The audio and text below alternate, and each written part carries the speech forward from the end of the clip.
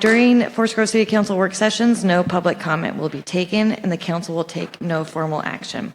The 2 work sessions we have scheduled for this time period are the community survey, which will be led by our communications manager, Stephanie Fleischer. Is it Fleischer? Fleischer? Stephanie Fleischer. And then we're going to talk about a protecting Forest Grove ordinance. And Jesse and Henry will do that. Okay, so I'm going to turn it over. I'm going to allow Jesse to introduce Stephanie. Thank you, Mayor, members of the council. I'd like to introduce Stephanie Fleischer. She's our communications manager. So welcome, Stephanie. Just a couple preamble comments. We were a little bit unsure as to whether to kind of take this to the council. But given that we've been doing this survey for decades, and also given its potential integration into the 2040 process, we really did want to touch base with council and kind of get a head nod about a potential future direction that I think Stephanie is going to be talking about with regard to our community survey. So with that, I'd like to pass it over to Stephanie. Thank you. Okay, like Jesse said, we'll be discussing the community survey tonight. This is what we will be covering. And the purpose of tonight's work session is to discuss and reach a consensus on the future of the community survey. So a little bit of background. The community survey, sometimes referred to as the livability survey, began in 1998 and is conducted every 2 years. The survey measures resident opinions on city services, overall livability, and community demographics. And just so you know, the demographic questions are optional. People do not have to answer those. Residents may complete the survey online. There's a paper version also included in utility bills. Both formats are available in English and Spanish. The city administers the survey internally using the SurveyMonkey platform. The community survey has 2 components. The first is the city services ranking, which remains the same from year to year, meaning the departments we ask about don't change. The second includes livability questions, which are updated based on current issues and priorities within the community. These change every survey. And for the remainder of the presentation, community survey will refer to both of those parts as a single document unless otherwise noted. And I do also have the 2023 survey in case you need to look at it again, just as a refresher. The background to the survey, I started Forest Grove in March 2023, and other than the website, the survey was one of the first projects I was assigned. Advertising the 2023 survey included a large social media campaign, including a community engagement piece. The community survey livability portion included questions like, what would you most like to see in Forest Grove? Options include an outdoor swimming pool, a grocery store, a new police facility, and a boutique hotel. What are your top 3 sources of information about the City of Forest Grove government? Options included the News Times, city newsletter, city website, TVCTV, etc. And we also had 2 questions related to the potential, at that time, potential city charter changes. The survey took approximately 6 months from start to finish. I have a timeline on the next slide, and the survey results were presented to council in December and can inform the budget process. When we finished the 2023 community survey, we began the 2040 process in May of 2024 with a survey. And here's the timeline. On August 7th, again, we announced the survey. We continued those reminders until the release of the survey on September 1st. We translated the survey and then sent them to a third party for printing and inclusion in our utility bills. Social media outreach continued until the closing of the survey on November 1st.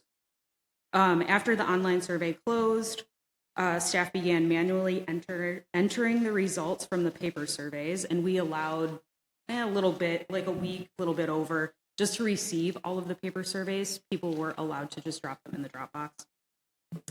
Then the results were compiled and presented to the City Council in December. So there are some positives to doing the survey. The city gains usable data about community priorities and city services.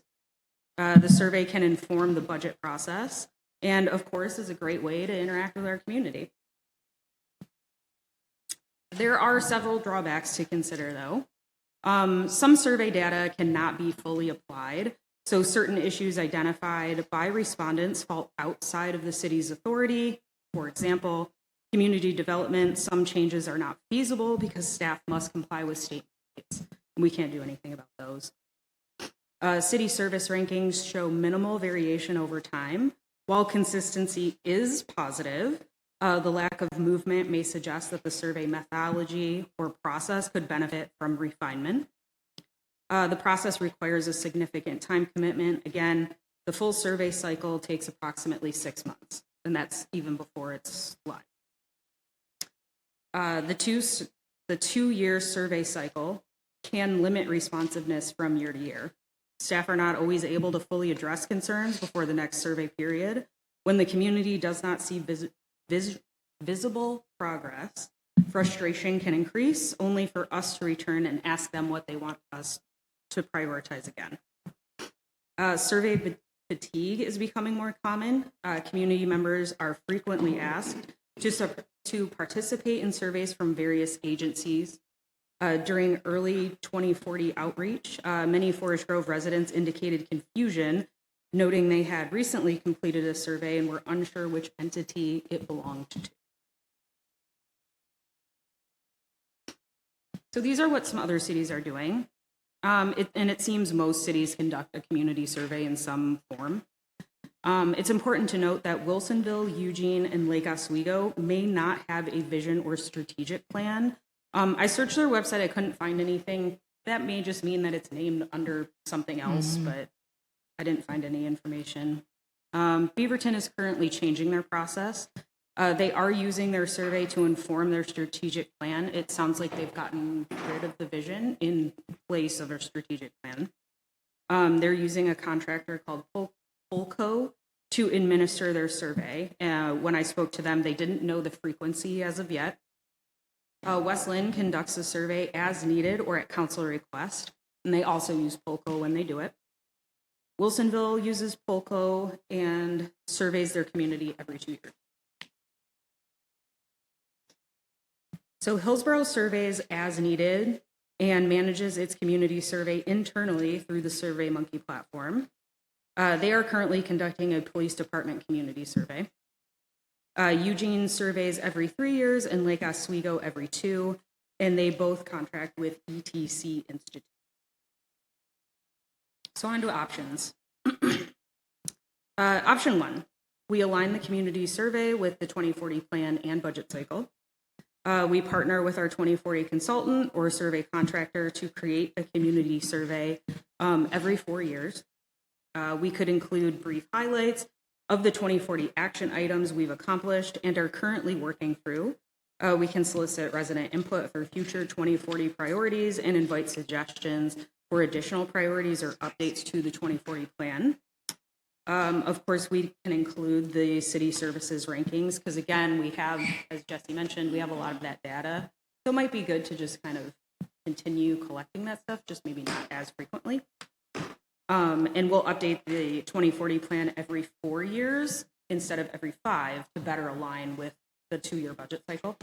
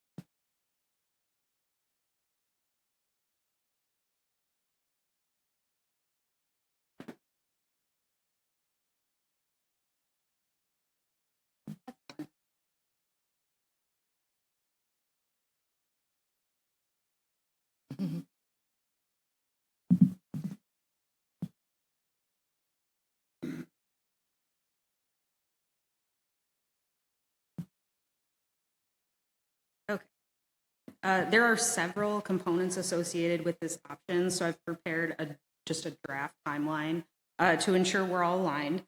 This timeline is based on the biannual budget cycle. With option 1, the next community survey is scheduled for 2028 to coincide with the 2040 plan update process and budget cycle.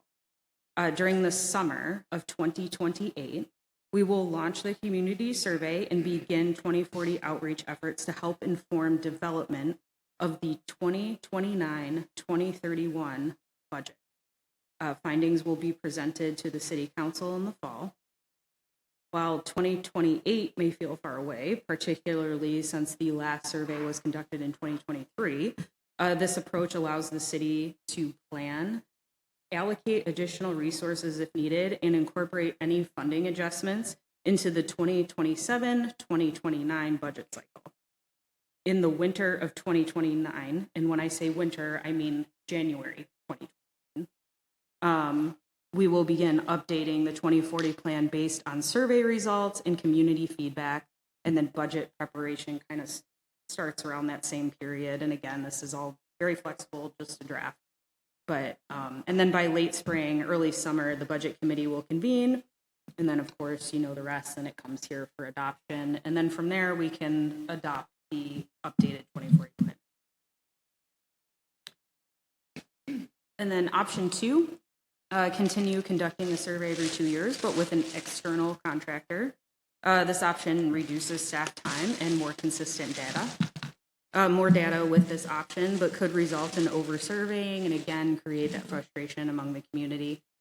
Some of the data may be outdated by the time we begin the 2040 plan. So if we're doing it every 2 years, but our budget is if we're doing it every 2 years, but the plan only gets updated every 4 to 5 years, it's like there's like all that data that we won't really be able to use. It's maybe not as current. Cost for a survey varies based on a few factors and the selected contractor, of course. And when looking into some of these contractors, I noticed they offer an internal data platform. What's included there, I don't know. But there is an annual fee associated with usage of that platform. And then option 3 is just status quo, and we'll continue conducting the survey internally every 2 years. Again, this option provides lots of data, but may result in over-surveying and again, create that frustration. Also, by the time we reach the 2040 plan update, some of the data may be out. And then just questions and discussion. Questions about the survey process, or what do you think of each option? Okay, does council have any questions or comments? Go ahead, Councilor Gustafson. I just had one question, maybe you already mentioned it and I missed it, but do we have an estimated cost on what it would be to have a contractor do this? And then the second one would be, you guys did such a great job with the communications of the survey and like that one-on-one that happened. Mm-hmm. Do we feel like there would be at least just as much value having a contractor do it as opposed to having staff do it and have that one-on-one? So I think there's different value in approaching it different ways. So I think it is valuable to possibly get, maybe some quotes from a contractor for the city ranking portion. And I think the 2040 questions can come from our 2040 and then kind of meld them. There will still be that component of, community outreach or, social things of that nature. But I think having, and again, like we can have more discussion about this, but I think having the city rankings externally done with statistically valid data, I'm not saying ours isn't, but it's just easier to have an outside company that knows how to do that. So usually I like to let you guys all start with your opinions, but I've been thinking about this a lot, and I would support option 1. I think that there was already policy decision to go for a long-term strategic plan in 2040. There is a check on that every 4 to 5 years of prioritizing and surveying. And I think that that's the time period we need. I think we have that process, right? And so for me, this community survey was done before we had a long-term strategic plan, before we entered into this 2040 work. And I think that people are over-surveyed. I think there's a lot of reasons we should not do it. I think people are over-surveyed. And, even right now, with just starting to implement the 2040 plan, I said this to someone at Coffee with the Cop on Saturday. Like, I'm feeling like a teeter-totter right now because we have an emergency situation that we declared, right? And we need capacity for staff to do that. But we also have spent the last 2 years asking our community, how do you want to see Forest Grove grow? What do you want to see happen? And so, like, that's our present, at least that's how I feel the present struggle is. Like, how are we going to manage both of these things? For me, I would see it being a completely ineffective use of staff time to do another survey right now, this livability or community survey, when we haven't been able to prioritize and implement the 2040 plan. I feel like it'd be premature. And so I guess I'm just advocating for option 1. We're going to have our council retreat on December 1st. And let's just streamline, let's align, let's lock in and get some things done. I'm seeing some head nods and some thumbs up. So, okay, cool. So we have consensus to go with option 1. Okay, great. Thank you, Stephanie. Thank you. Thank you, Jesse.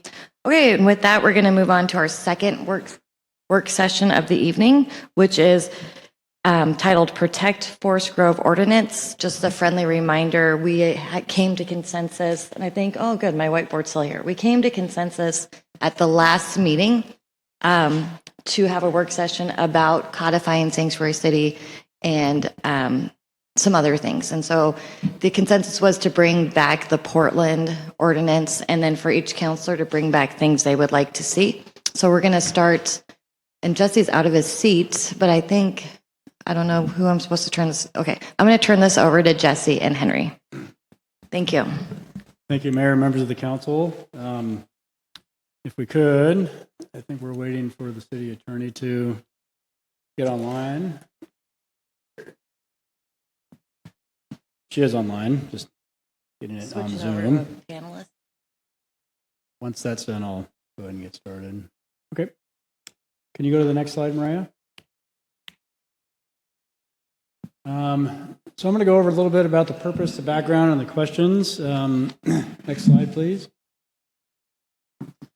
The purpose is to discuss an ordinance that codifies sanctuary city provisions modeled after the, quote, Protect Portland ordinance, which is what Portland named essentially their sanctuary city codification.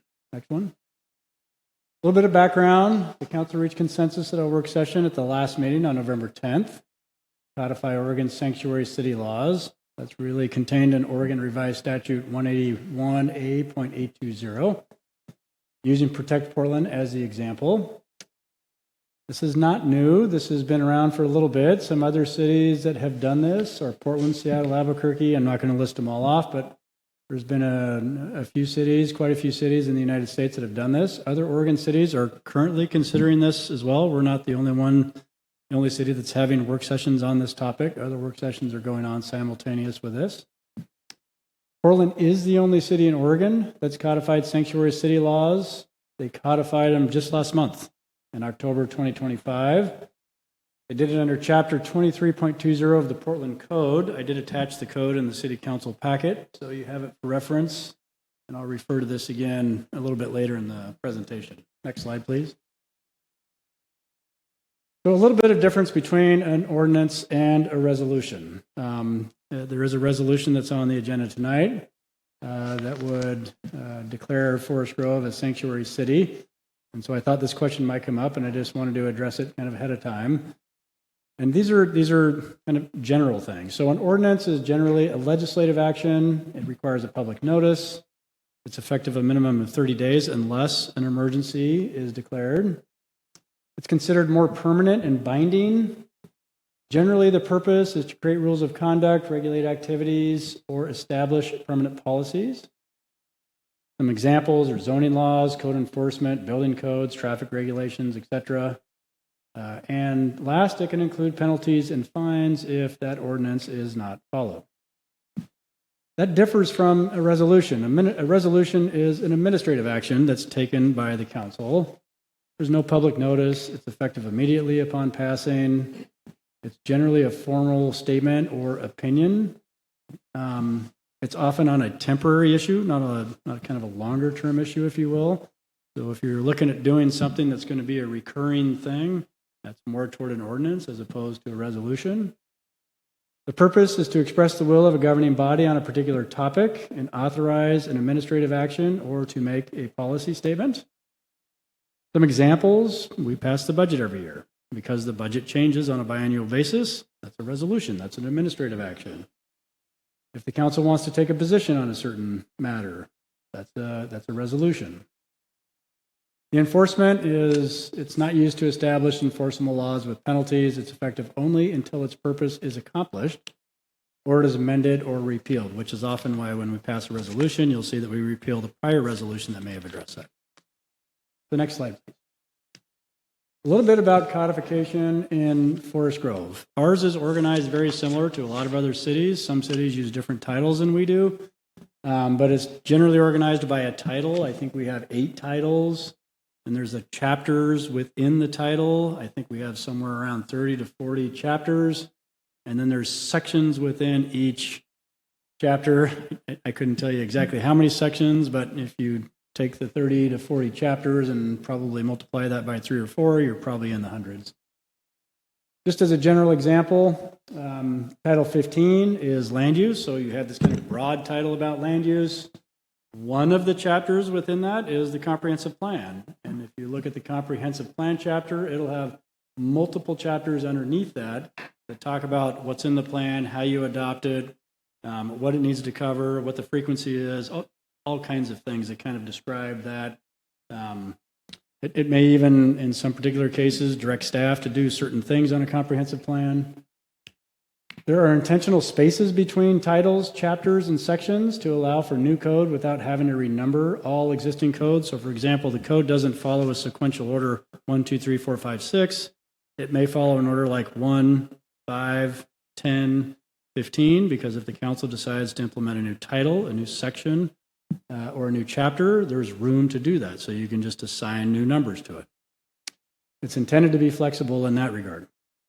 For example, Portland, they had an existing title, and they put this as a new chapter under the existing title. So they didn't have to change the title. They did implement a whole new chapter.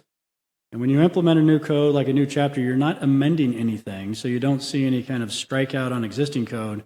They just adopted the full code as is right there. So it was a brand new chapter, if you will. Okay, next slide, please. So a little bit about our specific code, what it says now. Under Title III, which is administration, Section 33.01 of the Forest Grove City Code states the city manager or council may add other and additional duties and regulations to the enforcement and administration responsibilities of any department. So if you read through our code, you'll see certain areas where it directs the public works director to do something with regard to traffic. If you look at building codes, for example, you'll see the community development director is directed by council to have certain kind of enumerated powers. There are certain sections that specifically mention the police chief. For example, event permits, the council passed city code that directed the chief to approve or disapprove of event permits. And then, of course, there's quite a few sections that direct me, the city manager, to do certain things. If it's an overall administration of a policy and not specific to the department, that is always, both under the charter and under the code, falls to the city manager. And you'll see that also in the code, where the city manager is directed to do X, Y, and Z, whatever that certain policy may be. If the council did decide to look at sanctuary codification, it would likely be a new chapter 39 under the existing Title III administration. If you look at administration, that's really kind of the section in the code where it really kind of outlines what certain positions do, including the city manager. And it's pretty varied. It's got quite a few chapters underneath it. So this, I'm going to turn it over to the city attorney, Jody. Jody, welcome. Good evening, fellow council. It's good to see you again. This slide is actually the same slide, to my recollection, as when we discussed the sanctuary resolution. So it's the same facts generally apply. Executive order signed by the president required the attorney general to establish a list of states and local jurisdictions that have declared sanctuary status. Currently, still as of today, the only two jurisdictions from Oregon that are on the list are Portland and the state of Oregon. According to the executive order and according to all the communication coming out of the president's office, list is going to be reviewed regularly, and if a jurisdiction does declare itself a sanctuary jurisdiction, the actions will be one of the things that the federal government takes into consideration when they're deciding who and where to enforce. If Forest Road gets added to the list, consequences are known.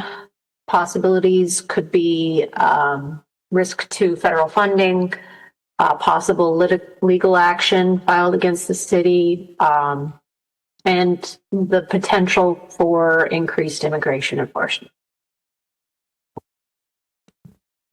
Thank you, Jody. Next slide, if you would, Mariah. So a little bit about the Protecting Portland example. This is a summation. As I mentioned earlier, we included, I think it was chapter 22.3 of the Portland Code in your packets, but this is kind of a synopsis of what's in that code. The code, just by reference, is about, I think it's 2.5, 3 pages long. When you print it out on regular font, just to give you an idea of kind of how long the code is. But the first bullet, it prohibits assistance. So city employees and contractors are forbidden from assisting federal agencies with immigration enforcement. That's basically a codification of what's already in state law. If you look at the second bullet, it bans resource use. City resources cannot be used for immigration enforcement activities. That's also currently contained in state law. What Portland did that's not necessarily contained in the state law is they codified that it requires new policies and training. And so it directed staff in this case to create policies, training, and resources for city staff to manage interaction with immigration enforcement agents. So this could cover a host of different things. And if you look at the ordinance that Portland passed, it gives some indication of what the training may include. It does leave it up to staff to come up with the training, but it really tries to kind of identify if immigration control comes into a public facility, what those interactions should be, what the employees should do, and then it also addresses this a little bit later, so I'll just go to the next bullet. It requires public reporting. So the Portland Police Bureau, in this case, must report any exceptions to or violations of the prohibition on assisting with immigration enforcement. So there's kind of a mandatory reporting associated with the ordinance. It also mandates information requests. So this is where the city, if you have an ICE interaction or if you have potential ICE enforcement in your community, this is where the city is required to submit Freedom of Information or FOIA requests to the Department of Homeland Security or Immigration's Control and Enforcement to try and gain some insight into the federal activity. So we would be placing a FOIA request with the federal government, asking questions about, what was the enforcement action? What was ICE doing in this community? It requires staff to define non-public areas. So as I mentioned in the previous work session, the city does have both private and public areas. And this would require staff to essentially identify those non-public areas. If it's employee only, if access is not allowed, those types of areas. The ordinance does include a disclaimer. The disclaimer is that it includes a limit stating that state and federal laws override the provisions of the Protect Portland. And then last, just administratively, they passed this by immediate enactment, and it contained an emergency clause. I'd have to double check, but I'm almost certain that within our council rules, the council can pass an ordinance on first reading with the public notice. If it does contain an emergency clause, I will have to double check to see if there's any provisions associated with that, but the council can pass an ordinance on an emergency clause. So with that, Mayor, I'll turn it back to you for discussion. Mariah, next slide. I think that was the last slide. I think we'll start with questions of staff. And questions can go to Jesse, Henry, or Jody, our lawyer. Any questions? Counselor Martinez.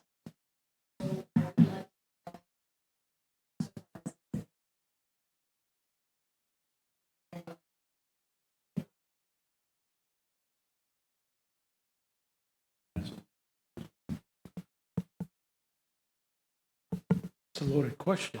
Try to get my answer.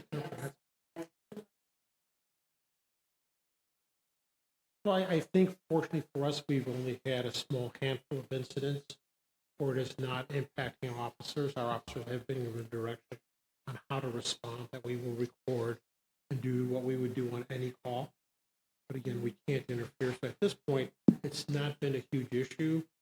We had an issue earlier last week where the probably conflicting part of an ICE incident were the people that interfered with our investigation.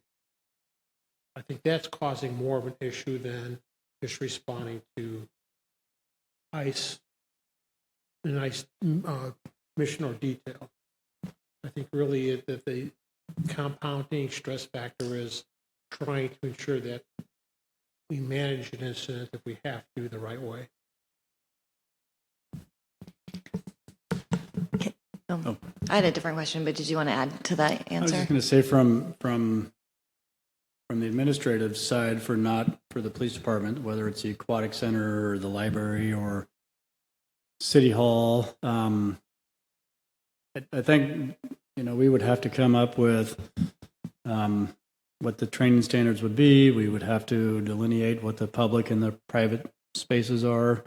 I think if it's in the code, we would look at this being really a recurring type of training, something that would happen on a fairly routine basis, something that would likely be, potentially briefed to new employees with the employee manual, those types of things.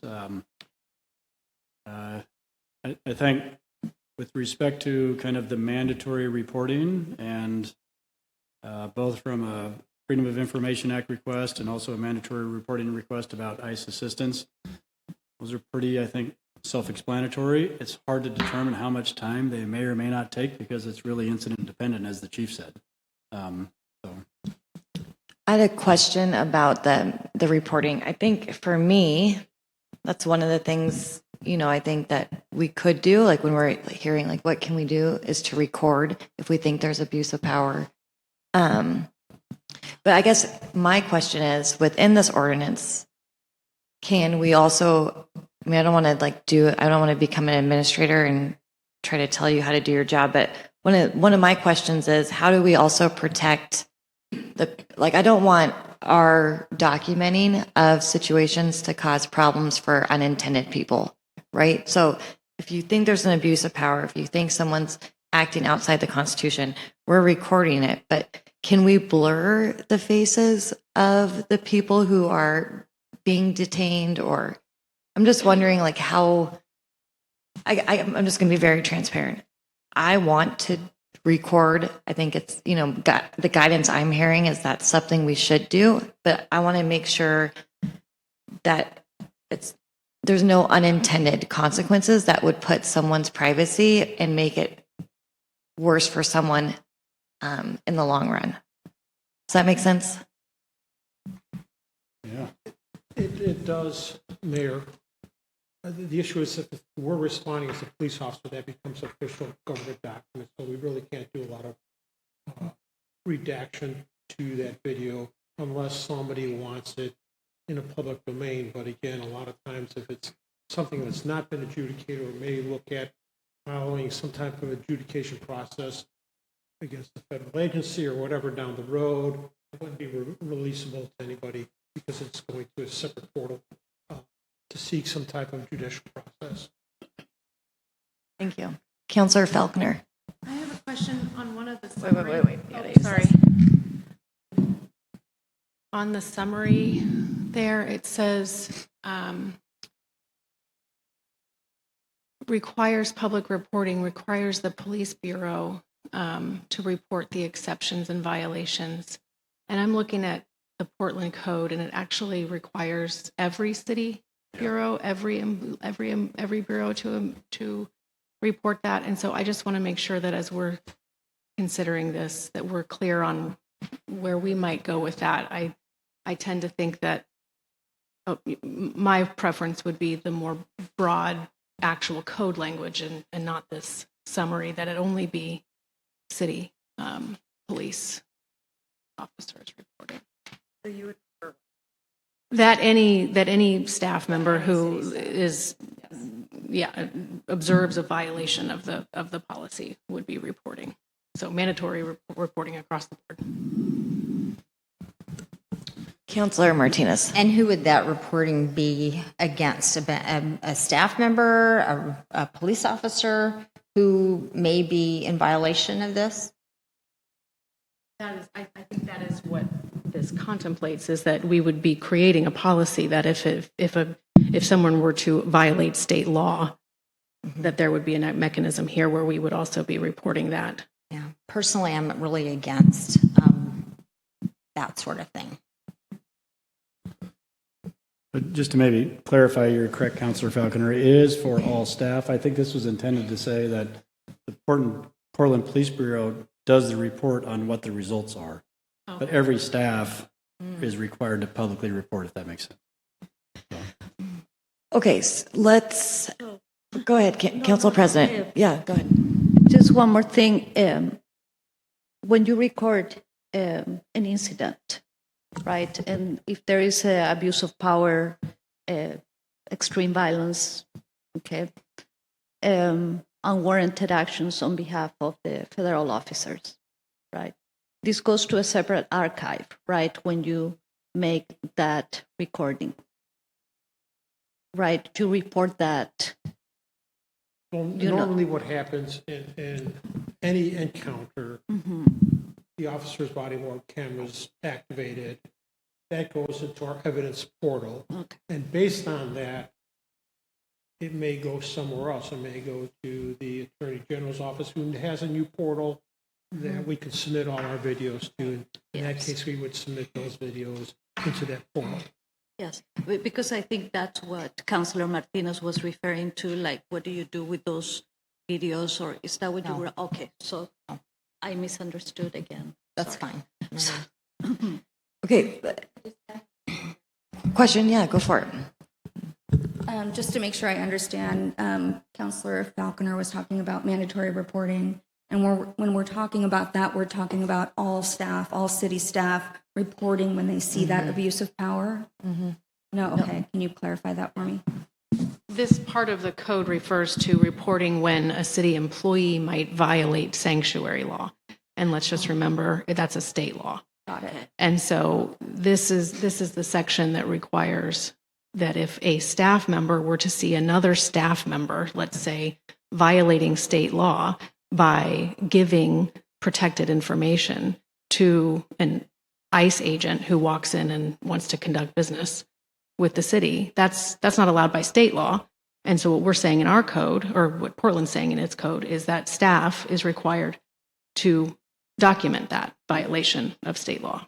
Okay, basically, just like any other organization or group, like police officers, they need to report Yeah. Any city. when somebody in their group is breaking the law. Right. Okay. Yeah, if I may very quickly, I'm sorry, just Speak in the mic. okay. Like, for example, if they show up to school, we have the FERPA, right? So you cannot just release a student's record, document, file, to anyone. So I guess that would be kind of, And that makes more break it. But if sense. someone does, All right. then that would be against the law. And that would need to be reported. And maybe just, if I may, Mayor, maybe just to Go ahead. add to what Counselor Falconer's responses. I'll just read straight out of the Protect Portland ordinance. What it says, every city bureau and office will provide the following information to council at least quarterly. Employee training completion rates, federal enforcement activity on city property and facilities, and known violations of the Sanctuary Promise Act by city employees. So those are the types of reporting that are required by the ordinance. There's also an annual report. There's some other annual reporting about FOIA requests, how many FOIA requests, that would be an annual report to the council.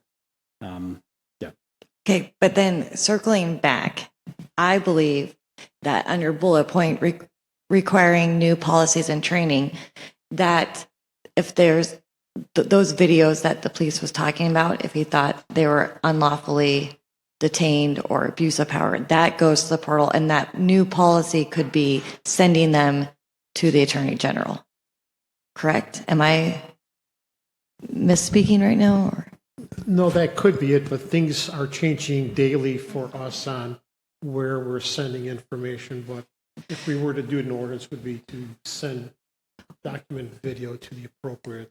Well, and I think that that's a really important point, is that for us, we're policymakers, right? Like, we're going to come to consensus and have a vote and make policy, but I just want to make sure we're doing so in a way that allows the staff, right? Because we still have a constitution of separation of power, right? That our staff administers the policy we carry out and that we trust them to do it, right? And so we're not, I mean, I want to like say this 4,000 times, but really, like, we come to consensus, we have a vote on something, and then staff carries out what we decide, and we have to let them do that. Like, we cannot be, micromanaging or saying, hey, this or that. Like, at that point, we say, hey, like, thank you, this is what they're doing. So I think too, and I'm saying that because it's really important when we're having these discussions to ask the questions, to get clarity, and to understand how it's going to be implemented, right? Like, what does this look like in real time? Mayor, you'll bring up an excellent point, because one of the things we're working on at a state level is where is the tipping point for law enforcement to intervene under ORS 181A. And that will come probably from the district attorneys as well as the Oregon Attorney General on where that's at and how that process is going to work. And that's way down the road, I think, at this point, because there's a lot of discussion on where that tipping point is. Okay, I want to double check. Are there any more questions? I think the best way to approach this, if you come up with obviously you can ask questions at any time, but let's just go through very organized. I think the first thing we need to come to consensus with is, would we like staff to bring back a protecting Forest Grove ordinance? So thumbs up or thumbs down, and we'll see if we have consensus. Okay.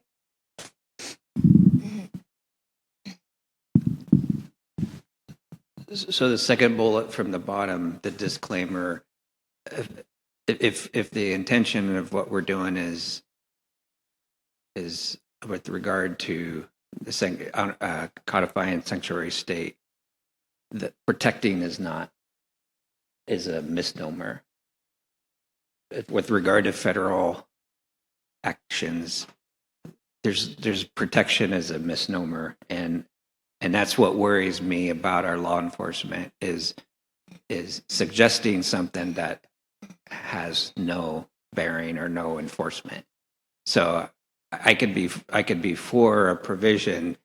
I would caution the use of protecting in the language, because it sends a message Misleading. that can't be true or guaranteed. Okay, I think that brings up a valid point. So are we, and maybe we can wordsmith the name of the ordinance, but let's see, is there consensus to bring back an ordinance that codifies sanctuary city and then also defines some of the things we would like to see happen within Forest Grove? So After, can I talk? yeah, I'm just waiting to see. Councilor Marshall, I want your thumb up or down. So thumb up so we have 6 up and 1 down. And go ahead, Councilor Martinez. So I know we were talking about this on our last meeting, that really this is fluff. It doesn't make any difference because we're already a sanctuary state. And so, yeah, I don't. So at this point, I'm at the mind that we shouldn't do more. I mean, it doesn't matter. It doesn't matter because we have federal immigration and customs agents that will be coming here, and they have the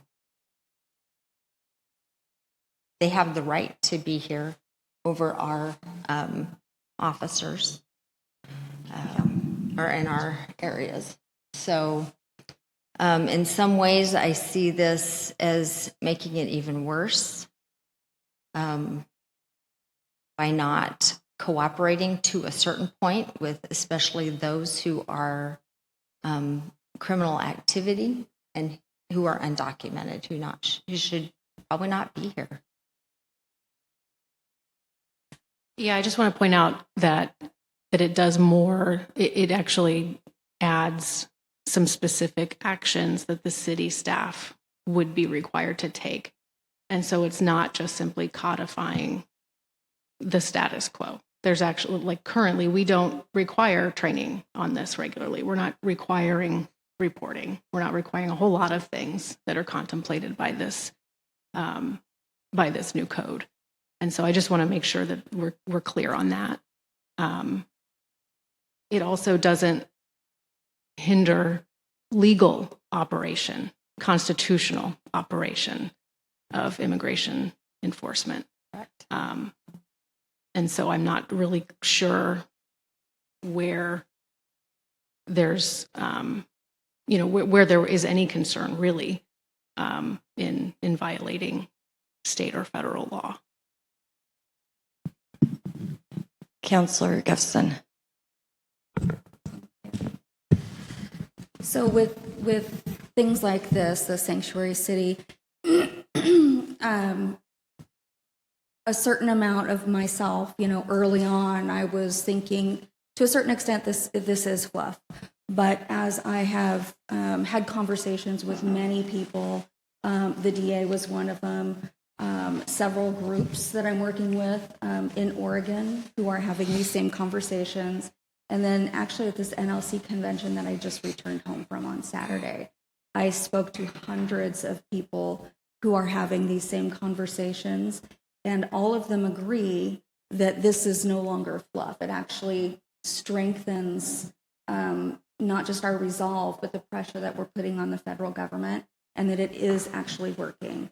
I'm not going to say that it doesn't come with risk, because yes, then we get, maybe on the radar a little bit more. But they are already here, and we are already on the radar. Mm-hmm. So I feel for me that I need to take the courage and move forward with this, because it is no longer fluff based on many people who have had these conversations. But I do understand your point. Mm-hmm. Okay, I think there was consensus to bring this forward. And I think, with the time we have remaining, I was going to go one by one, but I think we can all read it, and we had the packet. So I guess I'm going to open it up for discussion. If there's anything that a counselor thinks should not be included that they saw on this list, or so not included, or something that they would like added. And I think, one of the things that I'm really happy to see, there's lots of things I'm happy to see on this list, but really defining non-public, like private spaces and public spaces, like that's a huge thing. And just making sure that we do use our city attorney to, it's really good. I've said this to Jesse a few times, so I'm going to put it on the public record. Like once we define those spaces, it is our duty to tell our community, like, because the deal is a public space, we can't restrict immigration agents from entering. Right? Like we can't, as Councilor Schimmel was saying, like we can't guarantee protection. So sometimes you think, oh, it's a sanctuary city, we're in the library. But if the library is public, then we really can't kick someone out or ask them to leave. And so I think that beyond defining this and telling city staff, then there's the communication partnership with our team about telling people this is the deal, right? So I just want to say some of those things. And then also just like the training and policy, like what are we going to do, like administratively, if ICE agents come into the library? Like what is going to, I mean, that's really, you don't have to, I think some of those things you don't have to tell the community, but like it's things that I think are really important to have a plan. So for me, I like everything on here. I don't think there's anything that I would take out. Is there anything that someone would take out of this? Go ahead, Henry. Mayor, just to clarify that, we could only prohibit ICE from entering an Right. area that's marked if they have no warrant or if they have only administrative warrant. If they come in with a judicial warrant, they can go anywhere within the building. Just to clarify. Thank you. Correct. In the warrant. Yeah, yes. The warrant would have to specify that that area be, No. okay. The warrant is just a judicial warrant signed by a judge saying they have a warrant for Henry Ryman, and they could search the entire facility for Henry Ryman. Gotcha. Right. I think this kind of highlights the importance of, to a certain extent, some of the staff training that may be contained in the ordinance, because there are, not just on that particular point, but on a lot of these points, there's current litigation that is pending. And so, in terms of looking at the staff training would have to be updated. If there's a new court case that comes out, whether it's about warrants in public or private spaces, whether it's about potential assistance provisions or intervention provisions, that does, I think, when you look at the way the Portland ordinance was written, it's designed to have certain periodic reports, and those reports presumably would contain any of these updates that we may be talking about tonight. And that brings me to a follow-up question. Is our city attorney going to be letting us know? Like I mean, this is a huge thing and it's constantly changing. And so, if Jody's still on here, like I'm curious as to how the city manages that. Like, are you all going to be keeping us like up to date with this and giving us guidance? And well, I'd like to see what Jody says. Yes, the answer is yes. To the best of our abilities, there are numerous things coming out daily from courts across the country related to grants, related to subpoenas, and just generally related to the power of Trump's executive orders. We do the best we can. We have a lot of staff. Currently, our firm has a lot of staff dedicated to tracking this stuff. All of the city attorneys are in constant communication. Whatever we learn, we relay that as fast as we can. Thank you. Yeah, you need the microphone. Thank first. you. Councilor Martinez, I understand your point of view. And I've been trying for many months to understand the point of view that you and other people share. We have our police department to stop criminal activity in Forest Grove. But you have federal agents who break the law. They do not follow the Constitution. And they terrorize people when they have to wear a mask to go and detain U.S. citizens or people with a work permit. That happens. And I think it's so important that we have this conversation and that, it's a way to let many people of this community with a work permit or who are U.S. citizens that unfortunately, because our Supreme Court decided to say, yes, Mr. Trump, you can go ahead and direct your DHS to, profile people because of their skin color or because they speak Spanish. That's, a reasonable suspicion to stop someone. We've never had this in this country, at least, for many decades now. So when you have that being a reasonable suspicion, a lot of things are going to go wrong. And it's so important for us to tell our community that most of us do not agree with that, profiling people or, profiling homeless people or, someone because their skin is tan or because they speak a different language. that is just, the fact that I have to look over my shoulder. Juan Carlos Gonzalez has to look over his shoulder. My son has to look over his shoulder and carry passports. Yes, there is criminal activity. But the federal agents have also not followed the Constitution of the United States. So thank you for having this conversation here. And I hope we can do whatever we can to tell our community who we are and what they mean to us. I'm going to go, Councilor Gutson was first on the, and then you Just can. to double down on what you just said, Council President Valenzuela, and just to remind everybody, nobody is allowed to break the law. Federal law is federal law. Military are not supposed to follow unlawful orders. End of story. There is nothing around that.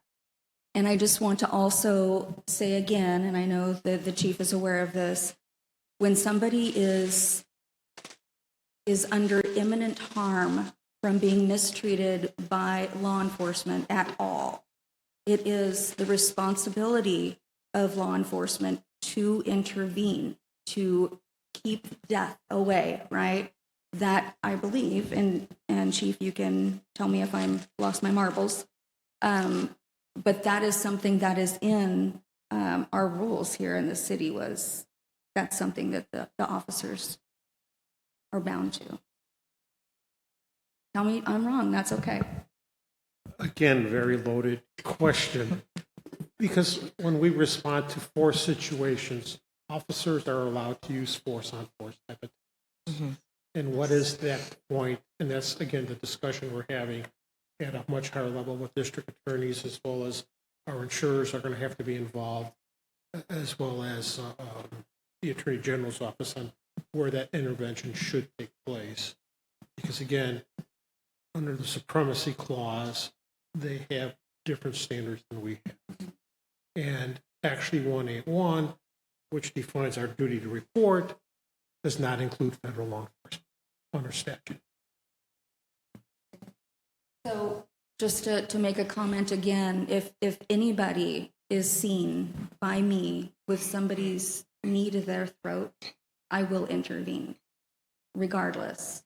And that's kind of what I'm talking about, is that enforcement of morality values and understanding that it does put us at risk, but we are, with our morals and our values here in the city, obligated to make sure that there is not untimely death because of an overexertion of power. That's just. Councilor Martinez. Okay.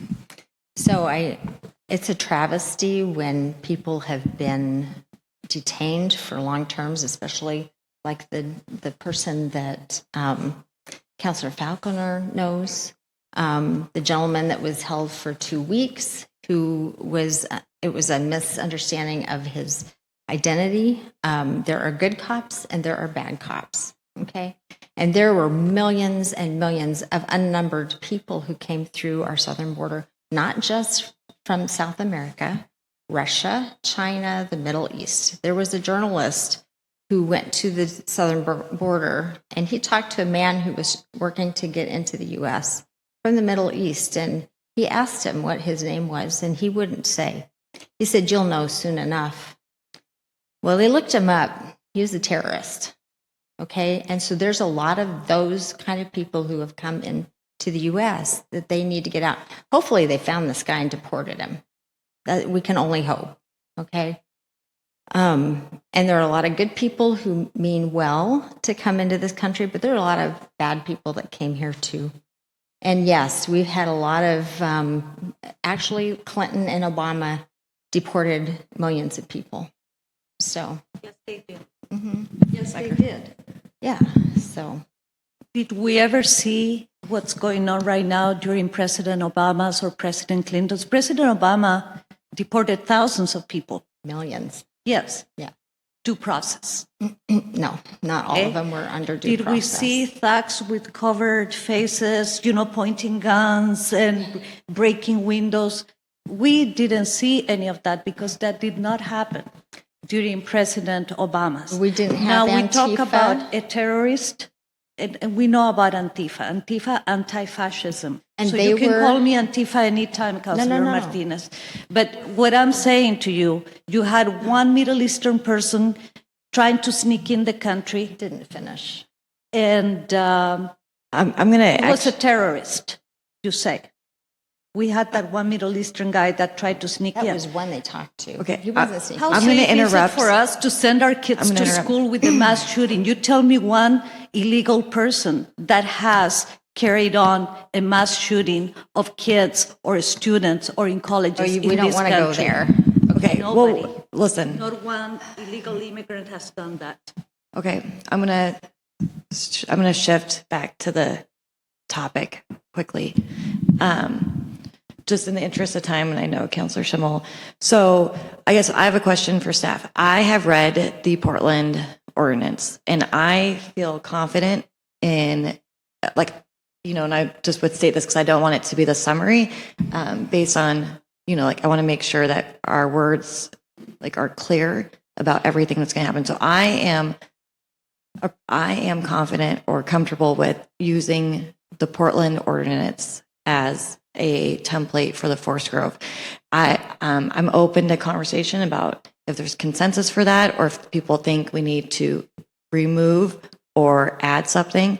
But we have about 10 minutes left, and we also need to figure out what we're all comfortable calling it, because I did hear that as a concern. So that's where I'd kind of like to steer the conversation back to. Well, I was merely going to affirm the title change and Microphone a little closer, please. the title change, and the other things I have interest in is both prevention and intervention. I know those are two things we count on our state and congressional delegations. So, I don't know if that's if that shows up here or is just something that we're regularly pursuing is from our delegations. Councilor Faulkner. Can I make a suggestion on title? Maybe instead of protecting Forest Grove, just and leaving it like ambiguous, protecting Forest Grove resources from misuse. And if you want to make it longer, in violation of state law for federal immigration enforcement.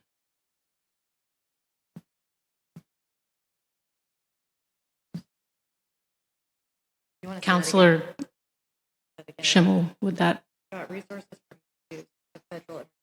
misuse of local resources in violation of state law for federal enforcement, for federal immigration enforcement? Yeah, it Does sounds that like address your concerns? Yeah, it adds context to The long title. Yep. It's okay. It's okay, though. It doesn't need to be short. Okay. Anyone else have a title they want to put on the table? Is there a limit for how? Mariah, it doesn't matter. Protecting Forest Grove resources from misuse. Wait, protecting local resources from. I think it's. Yeah, I don't think I wrote it down correctly. You have it though, Jesse. Can you state it again, please? What I have written down currently is protecting Forest Grove from misuse of local resources in violation of state law for federal law enforcement. Federal immigration law enforcement, excuse me. Federal immigration law enforcement. I think it's specific, and I think it's good because we're not, I think this conversation is personal, and I think it's personal for a lot of people. And I think that what we can do as policymakers is be really specific that we're on the same side. We want people to follow the Constitution. We want people to have due process. We do not want people to be discriminated against in our community. If we can, when I work with this council, those are our values.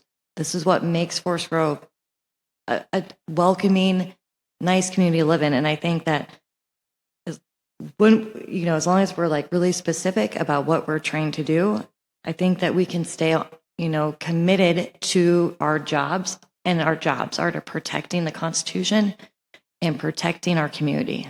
Like, that's our jobs. Like, that's what we took an oath to do when we signed up for this. So I'm good with that title. I see heads nodding. Okay. Yeah, go for it. This, like Council President Valenzuela has said, we've never been here before. This is new for all of us. It's new for our parents. And it's so emotional, and I really appreciate the ability to talk to all of you about this when it's such an emotional and new experience for all of us. So thank you. Is there anything else from the council? I was going to say we could adjourn this work session and do our holiday greeting before the meeting. It would be easier for TVC-TV. Can we do that? Okay, cool. So I'm going to adjourn this work session of the Forest Grove City Council.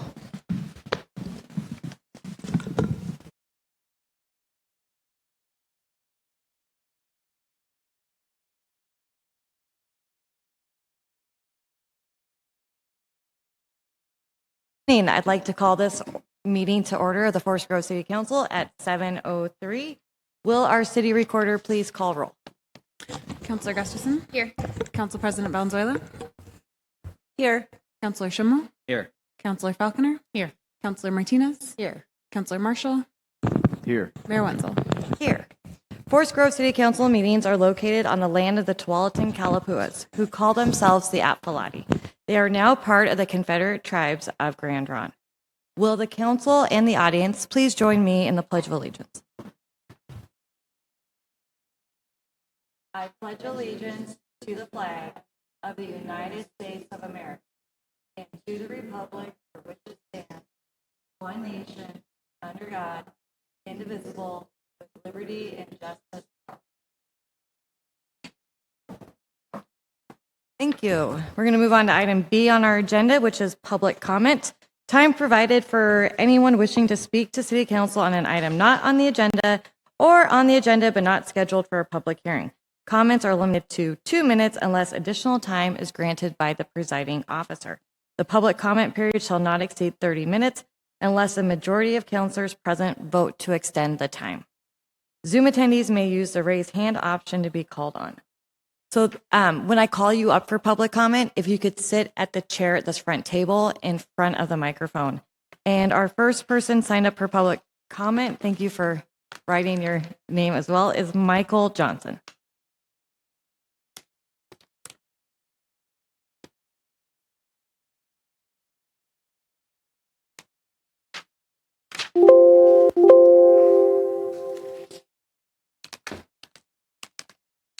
If the light's on, I guess that means the mic's on. Yes, you're good to go.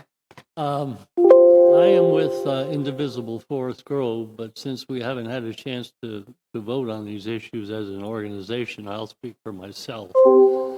A couple of things I'd like to address. I noticed that later you're going to deal with possibly sending a letter to Washington County asking them to suspend the use of flock. And as regrettable as that is, because it's a great law enforcement tool, I think it's necessary, given the fact that the laws are being so flagrantly abused by those who ought to be protecting them.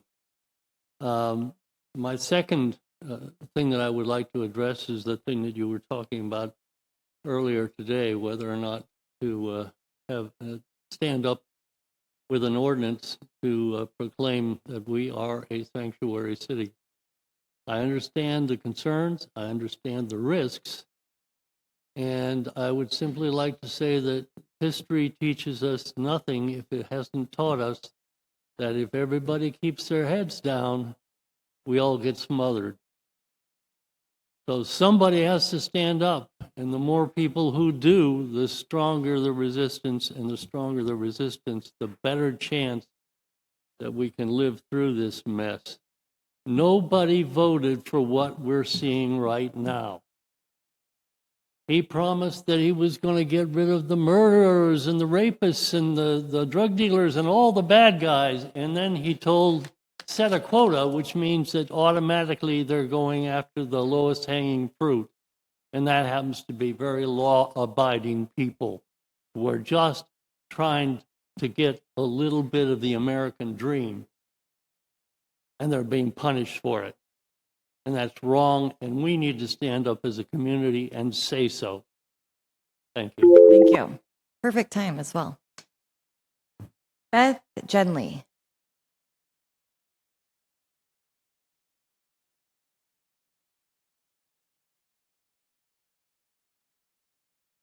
Beth Genley, also with Indivisible Forest Grove, but also speaking for myself for the same reasons.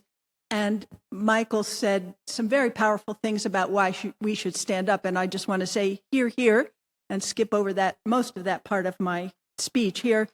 I do want to say that these detentions, actual kidnappings, are occurring into overcrowded, unsanitary, and cold detention facilities. And who they're taking away are valued people who contribute to our communities economically, and by sharing their love and wisdom, and it really has to stop. In terms of the Sanctuary City Ordinance, I'm strongly in favor. I do have some questions, though, that I hope you'll consider.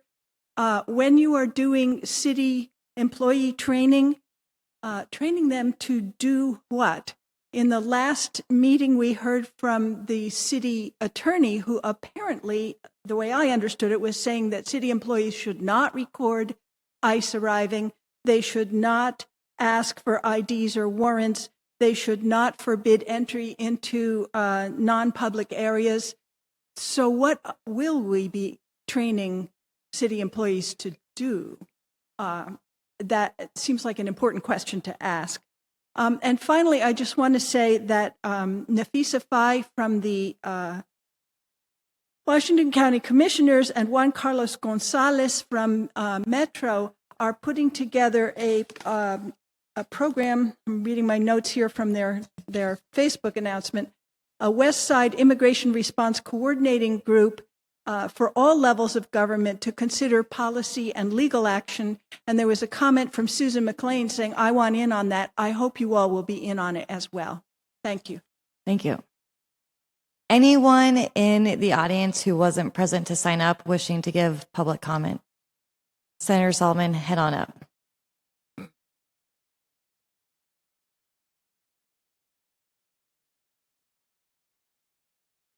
Hello. Thank you, Mayor Wenzel, Council President, members of the Forest Grove City Council. I'm Janine Solomon. I am your state senator for Forest Grove, Cornelius, Hillsborough, and the Rock Creek area. We are experiencing an economic and humanitarian crisis. In our communities, we have heard from so many people that are afraid to leave their homes, to go to work, to do errands. They are afraid to take their children to school, and they are fearful for friends and for loved ones being disappeared by ICE. When I hear ICE only detains the worst of the worst, I cry foul. They are taking mothers, fathers, children, landscapers, construction workers. They're taking our neighbors. They are taking residents based on the color of their skin, and this is wrong. We cannot live in a society that normalizes the sidewalk disappearing of humans. We cannot be desensitized to witnessing abductions. A mother sat in tears and told me her worry of her 16-year-old Latina daughter and the fear of being sex trafficked in broad daylight. The escalation of violence and terror that ICE is spreading is abhorrent and should be illegal in any setting. I worry when this action turns violent. The president plans is to invoke a federalized military response. I recognize this is a burden too large for our cities to bear alone. On November 10th, I sent a letter to the governor to request a convening to create a unified plan for response. This would include representation from our Department of Justice, counties, cities, law enforcement, school districts, and community-based organizations to collectively respond and figure out what can be our legal, enforceable response.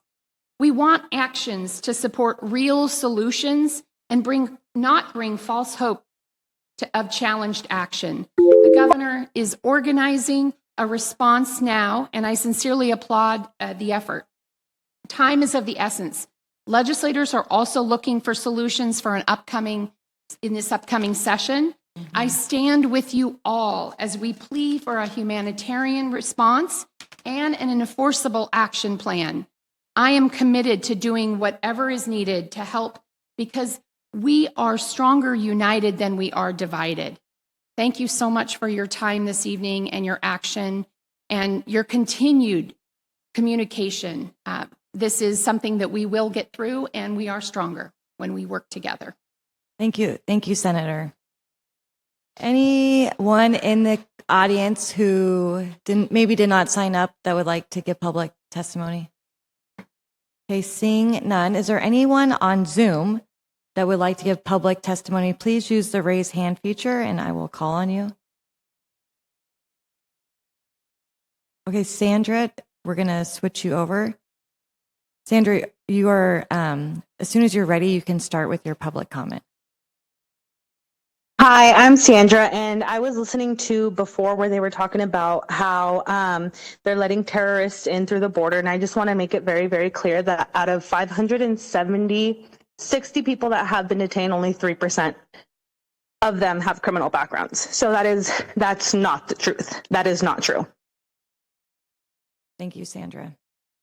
Absolutely.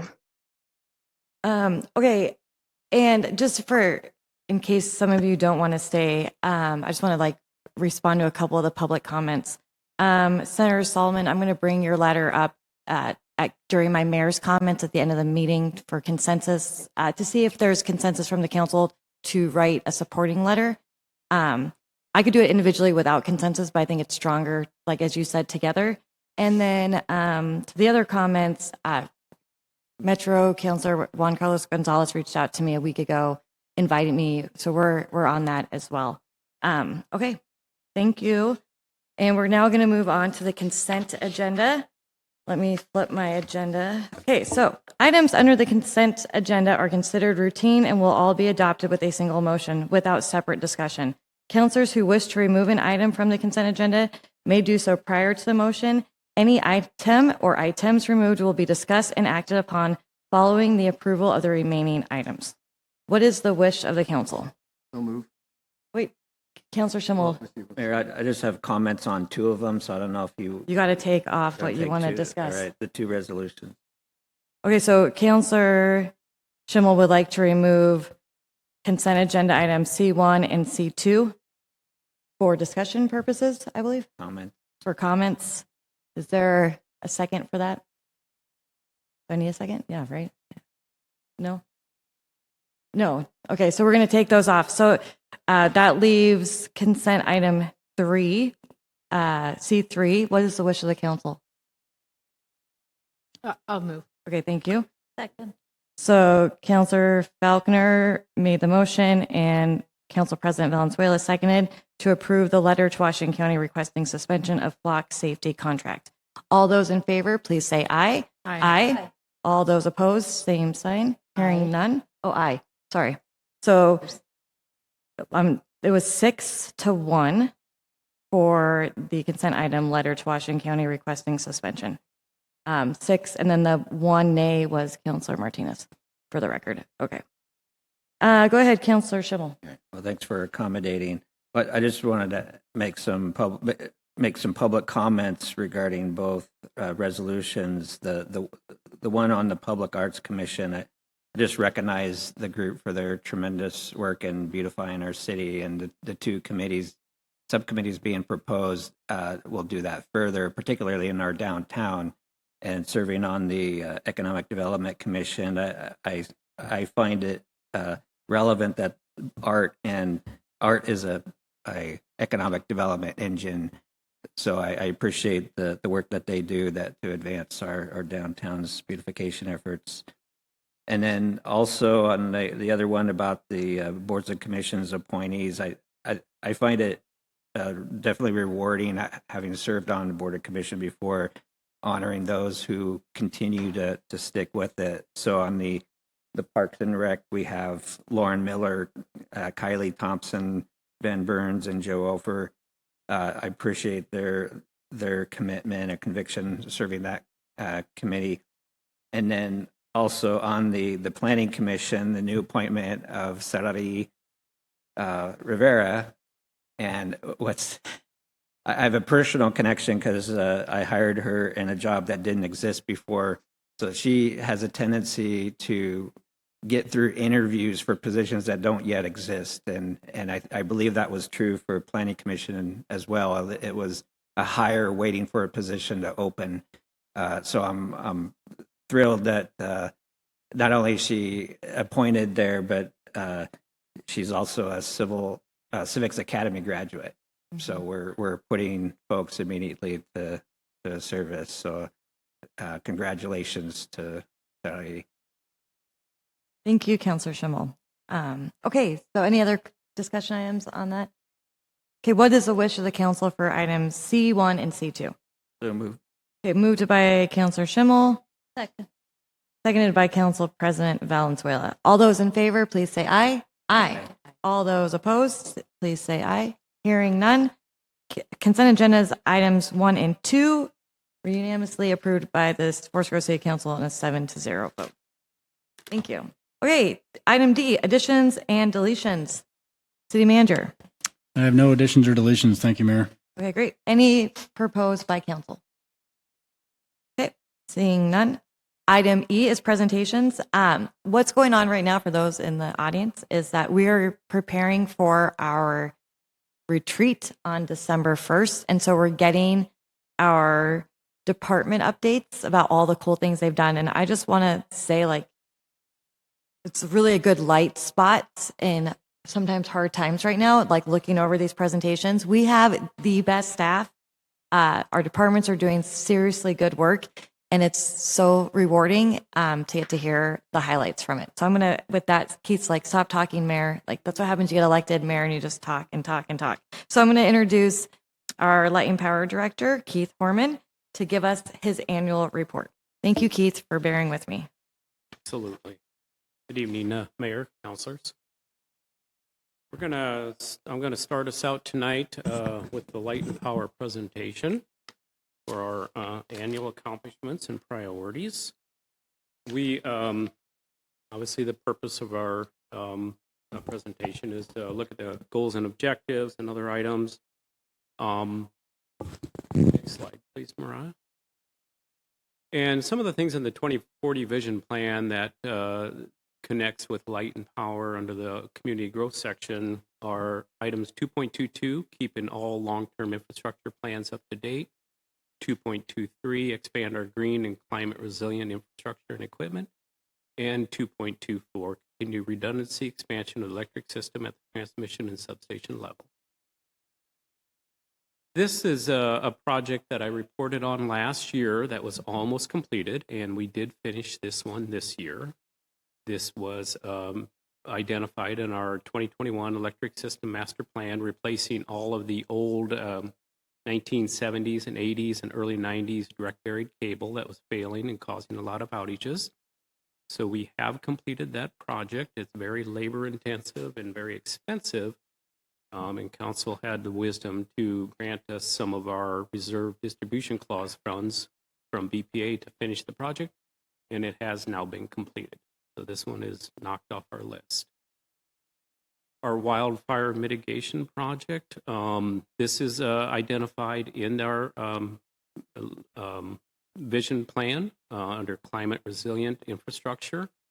So we have, as a electric utility, we have to file wildfire mitigation plans with the Public Utility Commission.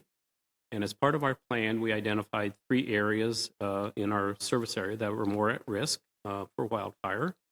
One of them being on Hillside Road, the Southern Taps, one of them on Upper David Hill Road, and a third on Lower David Hill Road. The Hillside Road and the Upper David Hill Road projects have been completed, and those lines have all been relocated underground, and the overhead lines have been removed. The one on Lower David Hill Road is still in process. All the infrastructure has been installed, and we're simply just waiting for the materials to arrive so we can complete that part of the project too. We plan to have that completed before this upcoming fire season. This was also part of our reserve distribution clause funding that helped pay for this, along with that a little under $500,000 grant that we received from the Department of Energy. This is a unique one we've never reported on, but as part of our inspection criteria from the Public Utility Commission, every 10 years, we have to test every pole in our system. And over this past year, we've been doing this. And this machine that we use is pretty unique. It drills small holes into the poles from different angles and at different heights. And what it does is it measures the density of the poles, the wood that's left. So as you can see, we still have around 50 poles to do that are hard to access poles. But in that, we've done over 10,000 drillings into these pole butts. So it's pretty neat. It did produce some results. We identified 6 priority reject poles that our criteria is that we put them in for scheduled replacement as soon as possible, which they have been. And we identified 25 non-priority poles that are starting to fail, which we just schedule into our replacement process.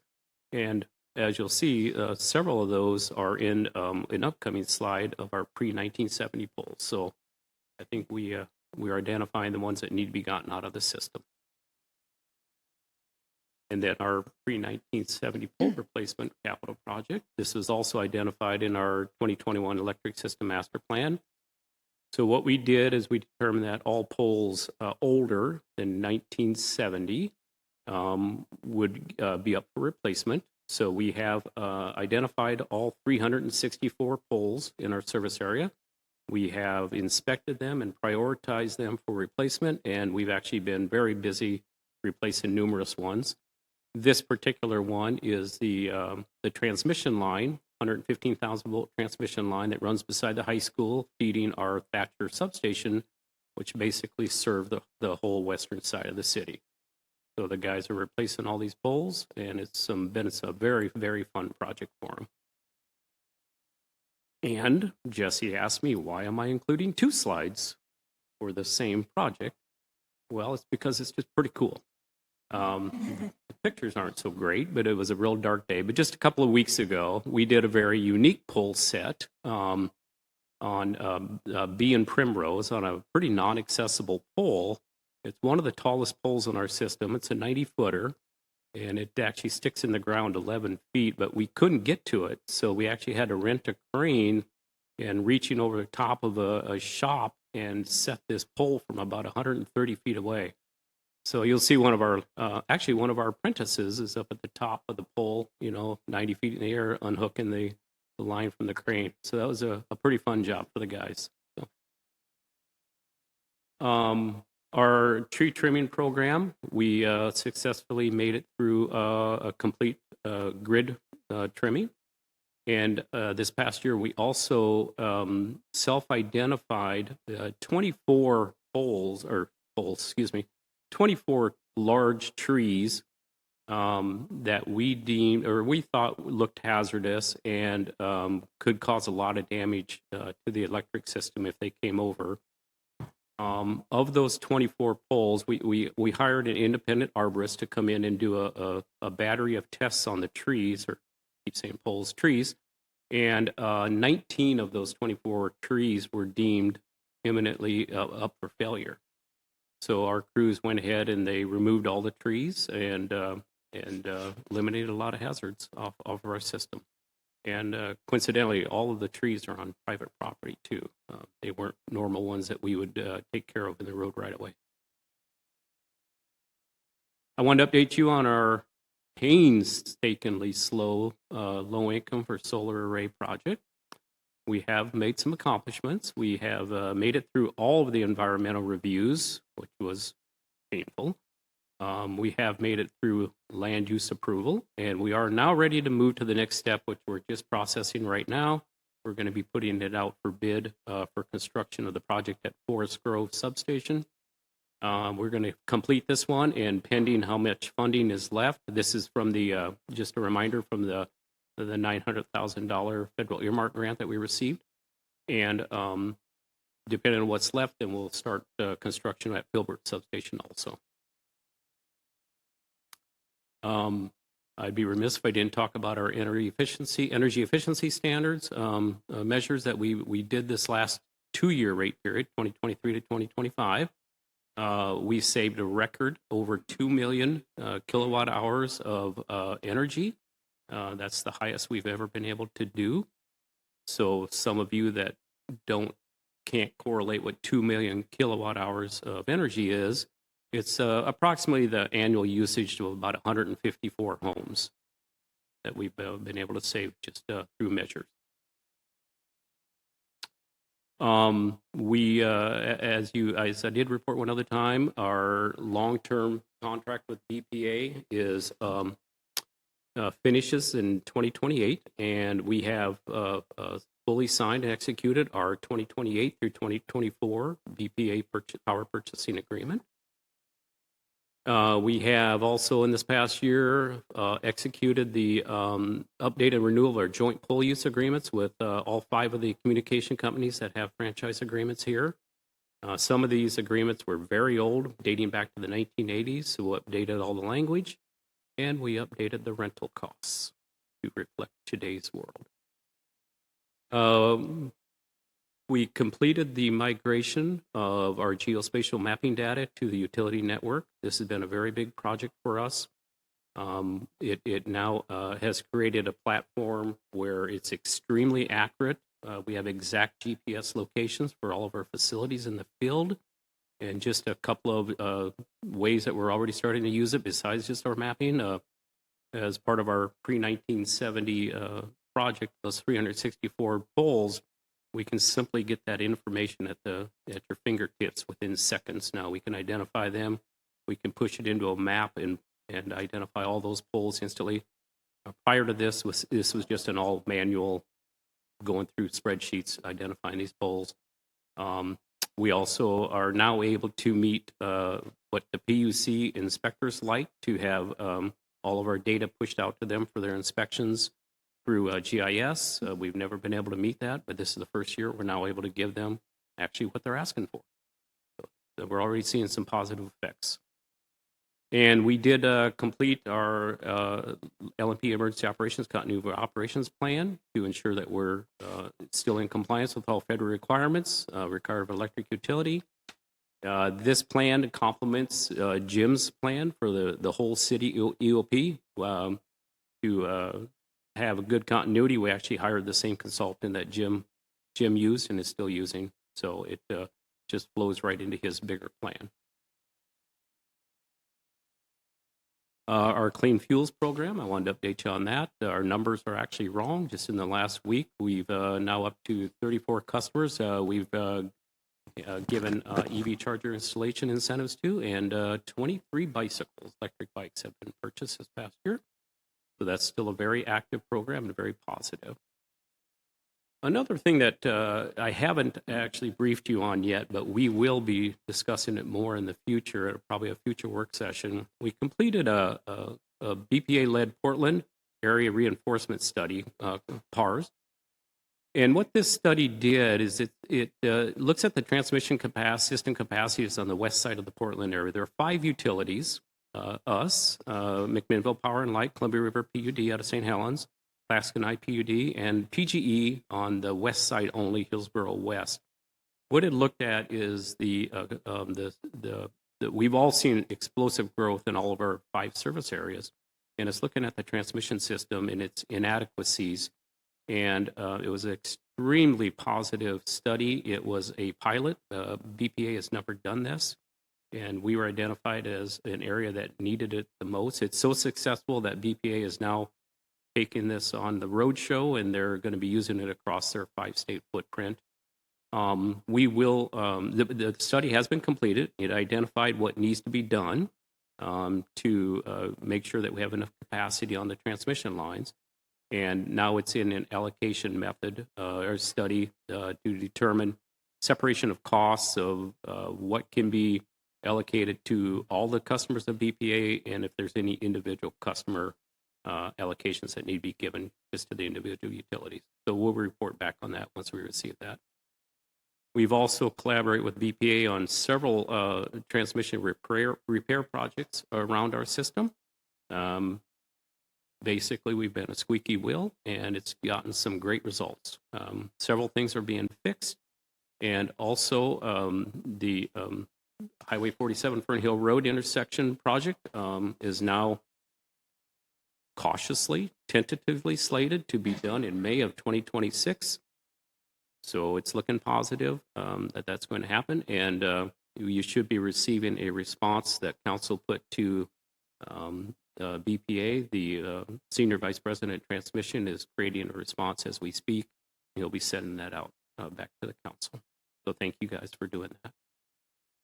Another thing that we've been working on as part of the vision plan of redundancy of the transmission and substation system, we hired an engineering firm also using the reserve distribution clause funds from BPA, and we have just finished up 60% design of both the Filbert substation upgrades and also the transmission line that will run between Filbert substation and Forest Grove substation to give us a dual redundancy feed. If we lose one, then we still have another backup source. It's the second leg of the three-legged stool. The third one, if you recall, the first one we did was between Thatcher and Filbert sub, and then this one, and then the third one will be between Forest Grove and Thatcher, and then we'll have a complete inner loop around an outer loop, creating just tons of redundancy for us and multiple feeds coming into the city from 3 different directions. If we lose one, we still have 2 as backup and so on.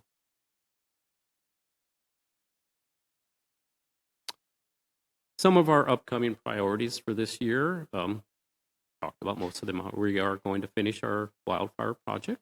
We do plan to have that completed and all the lines buried before this upcoming fire season. Like I said, we're just waiting on the material. And our pre-1970 pole replacement project, that'll be multi-year, but we're going to knock out a whole bunch of them. And our solar array, we're very positively thinking that we're now past the difficult part and we're going to get going and start building something, hopefully in both substations.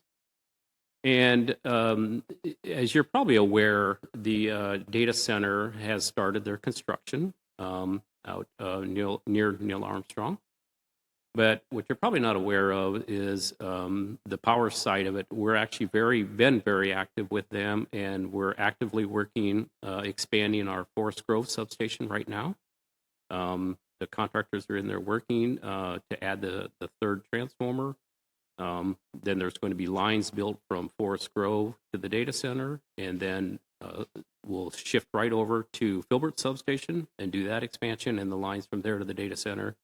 They're putting in 2 different expansions and 2 different circuits just for complete redundancy. If one fails, they'll have a second one as a backup. It is on schedule, and it looks like the project will be energized June or July and in service of 2026. And pending funding approval in this next upcoming budget request, we would like to begin construction on the Filbert substation. We will have the complete design done probably by this January, and the associated transmission tie line project. This was already built into our rate study as an upcoming capital cost. And we do have our IBEW contract that's coming up this July. It's looking very positive. We're going to begin negotiations soon. We are actually fully staffed, which doesn't happen that often, but we are. And we got a very, very fantastic crew of people working at Light and Power. One thing I didn't really put into the presentation is, aside from all of our maintenance projects, we also are involved in everything going on in the city electrically, whether that's from somebody building a garage to a large industrial project. So some of the active projects that we've been working on this last year and continue to work on, we have 4 active subdivisions, residential subdivisions, large ones. We have multiple multi-family residential projects that are going on, several commercial projects, and numerous scattering of smaller single customer projects going on around the city. So anything electrical, you're going to be coming through our door at some point. And then the old cliche, keep safety as our top priority. But we do actually take this pretty serious. There's not a lot of second chances in our line of work. The last thing, I didn't put it in the presentation, but I wanted to update. I didn't put it in the city manager report either. I wasn't sure, but if you haven't noticed when you came in, all of the holiday lights are now hung and shining bright tonight. And the tree lights downtown, the tree trunk lights, have been installed. They will be energized and lit up tomorrow night. Very exciting. And last but not least, I hope you all show up Friday night at the tree lighting at the new location. We collaborated with the Chamber and Pacific University, and at the corner of 21st and College Way, the tree is lit and tested, or not lit. It's been wrapped and tested and ready to go for Friday night at 6 o'clock. I'll buy you a hot chocolate. Isn't it free? Mayor, if there's any questions, Yeah, I can attempt to answer. Any questions? Go ahead, Councilor Gustafson. and You know then Shimon. exactly when the lights will be energized so we can communicate with the community? Tomorrow night at dusk. At dusk. Okay, great. Thank you. Yeah, we do have the ability, just to share, if there's a desire, like a certain event, we created it so we can actually turn them on during the daytime manually also. So whenever you want them turned on, we can turn those all on. Thank you. So cool. Councilor Schimmel. Yeah, I just want to comment, exceptional work, and particularly this year, being your department being more present and relevant to community life, notably at the public safety event, but just generally just you're more present, and I think people get a better sense of your department's relevance to us. Thank you. Yeah, we have our safety training trailer. We completed it this last year, and we're now doing presentations with that to different schools and first responders and such. And if Jesse would ever like to be able to work it into the schedule, we'd love to do a presentation for the council someday. Yeah, I was going to add that I was surprised it wasn't part of your accomplishments because he used it during the Civics Academy and blew away the fire department. So of winning the best department, like the most interactive. So I was wondering, why didn't he bring up that everyone liked his presentation, the safety trailer, the best? But, I was curious. Modest guy. Okay, well, thank you, Keith. Thanks for coming out. And I'll see you Friday. All right. Okay, and following Keith is Colleen Winters, our library director, to give us the library annual report.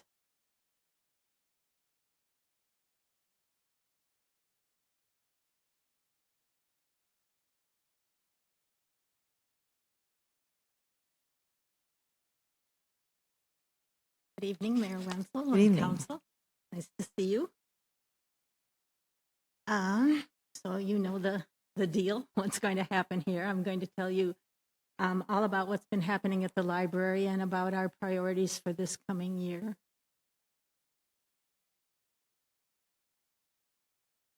So from your goals and objectives, I thought these were the two that were most relevant. The inclusive, accessible, and sustainable community and the enhanced recreation opportunities. I know sometimes when we're discussing recreation, we're thinking about our new recreation division at the parks, but we think about the library being a place where there are people recreating, not in the same way as they are at our wonderful parks. But anyway, I included those too. From the vision plan, Jesse and I had a good talk about this. And I think the one that's most relevant from your 2040 plan is related to community. And from that, the next slide, Mariah. These were the things that seemed appropriate. You've heard, I'm guessing, that we passed the WCCLS levy. We're certainly a gathering space all day, every day. The volunteer thing under 4.6, we have 20 library volunteers, and I guess I could explain that those are folks that are regularly scheduled to come to the library They help shelve, they pull holds, they empty the book drop, like that, and they come every single week. We also have 30 members of our wonderful TLC, our Teen Library Council, which I know you're aware of. Our Friends of the Library Board is now at 9 members, and our 7-member foundation board. So lots of volunteer opportunities at the library. And I just noted we've had our 2nd annual volunteer dinner recently, and we had 60 people there. So quite a wonderful thing, and I'll thank the Friends of the Library for that. The Pacific University Work Study students, I think I haven't had occasion to tell the council how important that program is to the library. We apply every year. And this year, I didn't realize we had set a record. We now have 8 work study students at the library, and they do just about anything we need them to do. They help with circulation activities, they help do displays, they help the librarians if they have a program. We've been very, very impressed with that program and very dependent on it as well. From your goals and objectives, the Civics Academy, I'll just say that we too found that to be a very wonderful thing. Appreciate Stephanie's good work on that, and Joyce. We're glad to hear it's going to happen again, and next year we will be competing for the best department. We don't have trucks and fires, but we'll think of something. And of course, you probably know that Jesse and I participated in the county's structure and governance evaluation project, which is ongoing, not complete, and yes, they have scheduled yet another meeting, remarkably. So a little bit about that under our accomplishments. That structure, governance, and evaluation did in fact result in the levy that was not just advocated and proposed to the Board of Commissioners, but in fact passed. But there's more to that project, which is the structure and governance part. And the next phase of this project with the Marina, is the name of the consulting company, will be related to structure and governance. And what that means is we'll be looking at the way WCCLS functions, and if there's a better way to do that, and what would that be. In fact, WCCLS is the only remaining cooperative system in the state of Oregon, and the other cooperatives that used to be around have all gone to districts. So my best guess around the next phase of this project is that we'll be thinking those sorts of thoughts. The children's area, you say, well, if you haven't seen the tree yet, you should make your way over to the library to see our new beautiful tree. And again, this remodel was thanks to a very generous donation by the Prosser family, the Library Foundation, and a bequest that we received. So the feature is this enormous tree, and if you haven't seen it, you need to get over there. It was installed last week, and it's just quite beautiful. It's not done yet, so when you go there, you'll note that there's still work to be done, but it's a good start. The donation was made with a request that we make the children's area more welcoming and whimsical. So Carolina Velasquez did the work on that, and I think she did a good job. Our fireplace area is going to be remodeled very soon, and that's thanks to the Library Foundation, who paid for all new furnishing for that area, and it's going to be turned into a programming area. Right now, we're pretty dependent on the Rogers Room for programming, and the children's area, of course, but we like that area in front of the fireplace. And if you've ever been to a program at the library where we've had an author or a poet or somebody reading there, people like it. It's comfortable, it's cozy like that, but the furniture didn't lend itself to that. So the foundation, we asked, and the foundation said yes to all new furnishings. The door count average I included after talking with Jesse a little bit about what you might be interested in, and I think I would have you know that the door count right now is about 8,200 a month, and that's pretty much average. There's nothing particularly exceptional about that one way or another. But that's the number of people who come into the library. And of course, it's not necessarily individuals. That could be somebody that comes in every day or 12 times a day. We have that too. Our circulation this last year, and of course circulation is library fees for things that get checked out of the library, and we increased circulation this year by almost 3%. I always brag about summer reading, even though I have absolutely nothing to do with it except brag about it. Our wonderful librarians make this happen every year. And again, these numbers are pretty terrific. The Read for a Cause, Bob Abbey does that, and I'm sure you know about that. This year, the Read for a Cause project was the Adventures Without Limits. And so we asked our adult readers to keep track, and they did. And as a result, the Friends of the Library wrote a check to Adventures Without Limits for that amount. You'll note under the Youth Summer Reading that we gave out that many more books this year.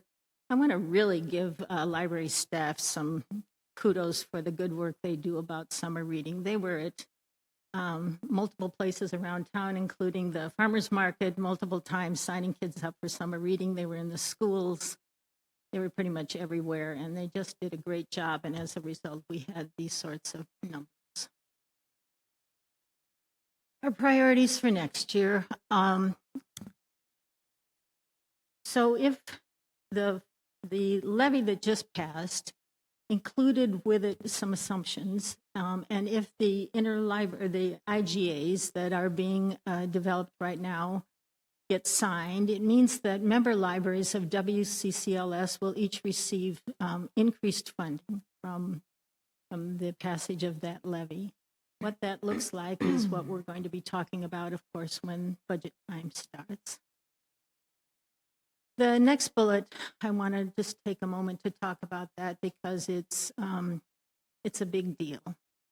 This speaks to the fact that part of the proposal that came out of the structure and governance discussions was to centralize the selection, ordering, and cataloging of our collections. That means, and well, I guess right now I don't know what it means. The county has just hired, or is in the process of hiring, a consulting firm to help us with this transition. And again, this is a big deal. Right now, we select, order, and catalog the materials that are on our shelves. And if this happens, there'll be some version of that. Because it hasn't been defined yet, we don't know yet if we'll have any local autonomy or how that's going to work. But it is a big deal. The interlibrary loan part is also a big deal right now. Just to make sure we know what we're talking about here with an interlibrary loan, that's a request from a patron for an item that is not in WCCLS. It means we go outside the system to acquire it. We do a lot of those, a lot. And the plan is for WCCLS to take over that service as well. The next bullet speaks to something that's also in the works, which would be that we would consider eliminating our security gates. It hasn't been decided yet, but I can safely say that it is being advocated for. The Hillsborough Library recently did a pilot project around security gates, and their takeaway was get them gone. And so it's just being talked about. Again, there hasn't been a decision, but I would have you know that it's could happen. The last bullet is one you've seen from my presentations multiple years. I think I talk about this every time I show up here, which we're still working to get the exterior of the library the way we would like to have it look. So what that means is in terms of the expansion of our garden, that there would be more of that coming around near the back entrance. We just did a great new mural on the side of the library that'll help patrons know that there is actually another return space there. I think it's been there 20 years and people have no idea, but now thanks to one of our employees, Lily, there's a beautiful new mural that speaks to that. So, yeah, that's all I got. Okay, any questions for Colleen? Counselor Schimmel. I didn't read all the details of the WCCLS plan, but I'd be curious either now or later how we can advocate for our local library's interests in developing that plan through our county commissioners. I appreciate that. As I say, the county is just now signing or in the process of, they've chosen a consultant, and I don't remember the name, but the contract hasn't been signed yet, I don't think. But once that process is underway, there is an expectation that for the next year, we're going to be discussing this and debating it and disagreeing about it for the next. And I can say that and know that it's true because it has already happened, that there isn't agreement on how this is going to work or what a library in Garden Home might need from this versus a library in Hillsborough. Those are two very different libraries. So there's already some angst, no, not some angst, a lot of angst about how this is going to work. But I think Jesse and I will work in tandem to ensure that Forest Grove's interests are represented. One thing, did you want to say something, Councilor Martinez? Okay, yeah, go ahead. Hi, Colleen. Thanks for coming. Can you clarify security gates, what you're talking about? Yes. So at the library, all three of our entrants have gates on either side of them, and every item in that library has a little tag in it so that if somebody doesn't check it out, it beeps when you go out the door. And so right now, the reason it's there is what it's supposed to do is keep people from stealing stuff. Well, they don't. It doesn't. People can steal stuff if they can figure out how that all works. And so we do have a theft problem, absolutely. The other thing is that during the Friends of the Library book sale, because they sell many of our discards, sometimes those don't get the little thing, the little chip taken out, and so they beep. It beeps all day during the Friends of the Library book sale. Okay, thank you. Thanks, Colleen. At the gathering of the groups party we had a few weeks ago, I said something similar and wanted to make sure I said it on public record. The city of Forest Grove is really lucky to have Colleen as a library director because we all have different leadership styles, and Colleen is a connector, right? She connects people together, and in what Senator Solomon said about stronger together, Colleen embodies that. And so I'm just going to name some of the people that some people will be like, I have all these bosses, but Colleen says, no, this is strength in numbers. So the county, WCCLS, Friends of the Forest Grove Library, the Forest Grove Library Foundation, the Library Commission, us, Jesse, I'm sure the Teen Library Council, her staff. She has this amazing ability to tap into each group's strength, bring them together to create such a good product. And so I want to just say a huge thank you for your dedication to the city of Forest Grove. And the library is the heart of our community, and we owe much of that to you. So thank you. Thanks, Colleen. Okay, Brian has to, sorry, Brian. Yeah, you got to follow that. I'm just kidding. No pressure, no pressure.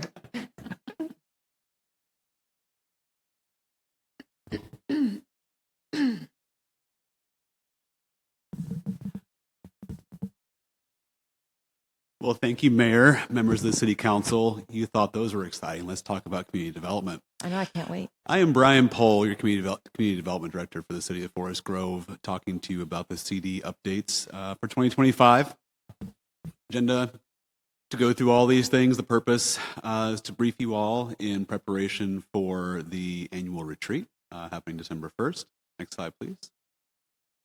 Out of goals and objectives, we had a lot of things that came towards our department, and I'll just kind of read the goals to you, not the tasks here, but to address long-term growth and support housing and economic stability, and to ensure an inclusive, accessible, and sustainable community.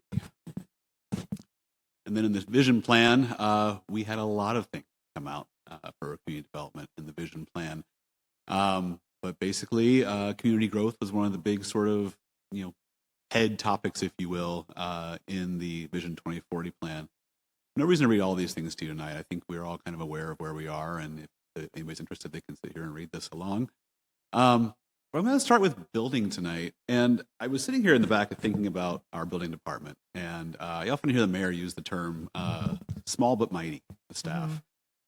We have a building official and 2 building inspectors.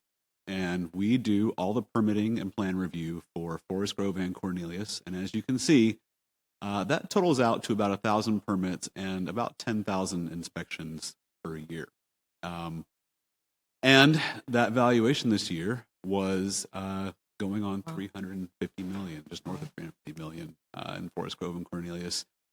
We kind of go back and forth. Forest Grove is hot some years, Cornelius is hot other years, and it kind of goes back and forth. And so you're seeing a reflection of that. I just want to kind of just pause and just, I mean, every time you're in a public building, you know, and you don't have to think about what happens if the building catches on fire and if we're going to get out safely and all those sorts of things. Sometimes the best functions of government are when you don't have to think about those things. And I would just point to our 3 building staff and these numbers and point to people who are doing an amazing job in our community, keeping our people safe, and are doing it with pretty scarce resources. And so if you ever think about CD and only think about planning and economic development and that sort of thing, think about building too. They're doing a lot for you. Next slide, please. As far as our accomplishments, we held 2 workshops on work sessions on the urban reserve areas. We're currently developing the scope of work for the feasibility analysis. This is for the urban reserve areas high up David Hill with the limited infrastructure and the sort of challenges for growth up on the hill. I think you all know by now we were awarded funding from DLCD to begin our housing capacity analysis work. By way of update, we are contracted with Echo Northwest to do that work. We just got a draft scope of work this afternoon that I haven't had a chance to look through yet. But just to remind you, the HCA, the housing capacity analysis, is sort of a study of what we need. Within 1 year after the housing capacity analysis is done and adopted, we then move into the housing production strategy, which is sort of move from what we need to what we need to do. And so this will be a multi-year effort, but you can't really start it without doing this housing capacity analysis. And so we're looking forward to this work. It will be very meaningful work for the city to move forward with funding housing or sort of encouraging housing of all types. We also adopted our EOA, the Economic Opportunities Analysis. That was a comprehensive plan amendment that came before this body in spring and passed pretty easily, and we're proud of that work. We began working with the City of Cornelius on an ADU workshop. This would be sort of 2 jurisdictions getting together, talk about resources for building accessory dwelling units for either contractors or homeowners who want to do this, and how they might do it, what to expect, how to move through the process.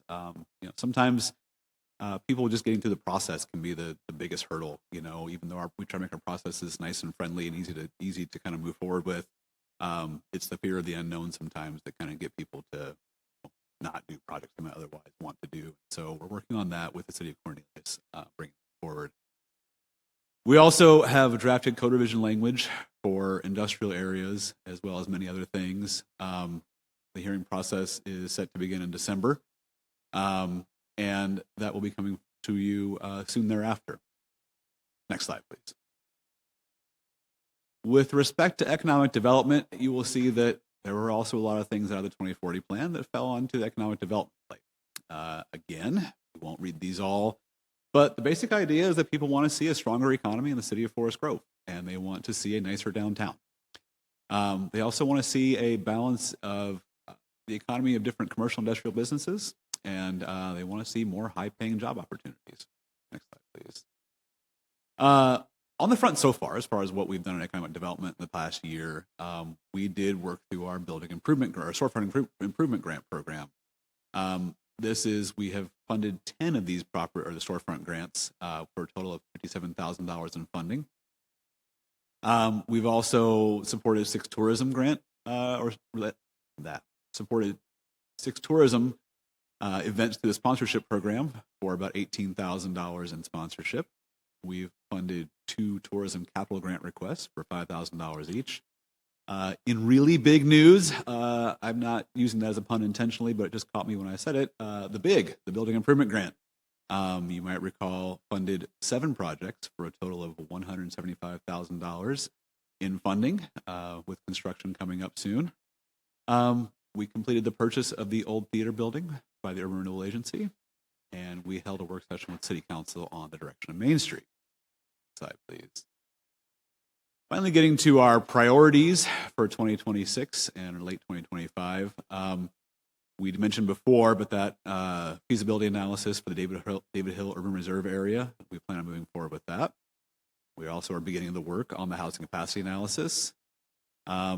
And sort of in the background of all this, we need to think about how we are going to move forward with our comprehensive plan update. That's a big deal. I don't know how many of you have been a part of that before, but that's also a multi-year effort to update the city's overall comprehensive plan. That's a lot of work. That's a lot of meetings, a lot of all kinds of stuff. And so there's some, sort of figuring out how we're going to move forward with the program. Updating the economic development strategic plan. That's coming up this year as well as updating the tourism strategic plan. There are some minor amendments we need to make to the Forest Grove Enterprise Zone. Nothing major, but we need to get that done. We also talked at some length about performing a hotel and grocery store market analysis that will be under the auspices of the URA to talk about what the feasibility of those uses in Forest Grove and how the URA could play a part in landing either one of those things in the city of Forest Grove. As well as, sort of more generally talking about development concepts for the URA-owned property. We have the theater building, we have another pending purchase, and how we want to move forward with redevelopment on those properties. It's an exciting time for the URA. There has not been this kind of movement for a long time with the Urban Renewal Agency, and we're really looking forward to that work in 2026. With that, I will pause for any questions you might have. Great questions. Councilor Schimmel. I don't want to interrupt you. Well, my day job has me going into the building department doors more often than mailroom, and my personal survey of contractors I bring into either Cornelius or Forest Grove would absolutely say you're their favorite in the region. There's the tremendous responsiveness, turnaround, and even consulting offered throughout projects is exceptional. So I definitely applaud the building department. And I know on the EDC is very invigorated by the 2040 plan actions and been excited the last several meetings of engaging in some of that work. And a couple of things that maybe have to be tabled for a URA board meeting is the use of tourism dollars focused more on our local residential marketing in light of a lot of the immigration activity. That's one thing to consider. And then the other is the EDC took a tour of the upstairs of the theater building and have some imagination for temporary use until there's full development for new business owner office space. So maybe that's a future board meeting to where we can entertain those ideas. Yeah, I appreciate that, Councilor Schimmel, and we welcome those conversations. So thank you. Yeah, did you have a question, Council President? Or Yes. Thank you, Brian. So for the code revision, the draft of the code revision, do you know when, and this is only for the industrial areas zoning, correct? Yeah. This is not just for industrial areas. This is also for our sort of annual round of code updates. There are some substantive things in there, things that are sort of result of state legislation. A lot of things every year come down from Salem. And we have to kind of keep our codes in line with those things. So there's some of those things in there. There's just some general sort of cleanup and updates and stuff like that, as well as the industrial area and the setbacks and buildings. Okay, so things like the height of a building, yes, restrictions and all that, that would be there. Okay, thank you. Does any other questions? So I have a question, then I have a comment. But my question is, so we're 1 year into the building improvement grant cycle, and I was just wondering, is there any like lessons learned from that process as we move into year 2? Like what changes, are there changes like, with the application or how we're going to measure success that we should be expecting or seeing coming up to year 2? There were some, I would say, big lessons learned with the application process. Tightening up the criteria and what they'll be judged by and everything, and making sure they're consistent across the board. I think we had some hiccups in the early summer about that that were regrettable, but also just sort of growing pains, if you will. I think we will certainly tighten those things up, and I think we already have. As far as sort of the ongoing monitoring, if you will. I think we will try to find a way to sort of, calculate that sort of public investment as well as how much private investment is a result of it. Because there are some times that some of these projects may not come to fruition at all, or they might grow in scope, they might shrink in scope, but we're still, sort of funding at a certain level. But the idea of the URA in general is sort of how the public dollar can catalyze the private dollar. That's the entire point of the whole thing. And that's what we need to measure. And so we will do that with this round of grants and as they move to construction as well as this next grant. Yeah. And then my final comment is just that I think it's going to be a really exciting time for your department in community development. We have a lot of big things, right? Like the housing capacity, and then the comp plan is huge. And just kind of how we marry economic development with those things. And like, I think we have work to do as a council in explaining that they go hand in hand, right? Like if you want to revitalize your downtown, then you have to have housing close to downtown. Like it has to be walkable. It has to, like, these are the things. So anyways, I'm excited to see that those are all your priorities, and it's going to be a year, probably 2 years of lots of work sessions with you and lots of like things getting done. You'll get very sick of seeing me for sure. I'm excited. I'm excited. Yeah. Any other questions, comments? Okay, cool. Thanks, Brian. You all very much. Thank you. And then our last presentation is from our city manager. I was going to make a snarky comment, but I will not, about Administrative Services Annual Report. Thank you, Mayor, members of the council. My apologies for this being a little bit late into the packet. So with that, Mariah, if you would please go to the next slide. So as been mentioned before, the purpose of this presentation is to inform the City Council retreat that's going to be coming up on December 1st. So if you go to the next slide. So the formatting didn't really come out on this, but this is our 2025 goals and objectives. I think the story here is that we've completed all of them, or that they have been folded into the 2040 plan, with the exception of passing the police station bond measure. A little bit of an update on that. There has been money appropriated for a poll. We have sent out solicitations for projects for the poll. We've got one response so far. We're expecting 2. It closes on December 1st, and then we're scheduled to have a work session with the City Council on either January 12th or 26th to talk about the results from the poll. So next slide, please. I'm not going to go over all of these individually. I think there's approximately 22 actions that are associated with the 2040 plan and administration. And in some cases, administration, depending on what some of the actions item are, if there's a coordination element to it, for example, if it's a comprehensive plan that may require and span several departments, administration is going to be, we may not be the lead on it, but we're going to be a partner on something like that. So I won't go over all of these, but I would like to highlight a few of the actions that kind of are priority and are already included in the budget. One is, I just mentioned updating the city's comprehensive plan. This is largely community development, but it will touch nearly every department, including administration. Updating the communications plan and branding. This is really a prerequisite to help map out and communicate with the community on 2040 and what we are doing today and what we want to do tomorrow and how we're going to communicate it. It'll also speak to kind of the resource requirement associated with communications in the future, and what that division/department will look like within the city. You'll notice that wayfinding is mentioned several times in the 2040 plan. And now that the Glow Up project is over, we really do want to try and turn some attention to wayfinding. We have a lot of public facilities that currently aren't signed, whether it's parking, facilities, and we do need to come up with some kind of wayfinding plan that makes those spaces more accessible and more visible and more utilized.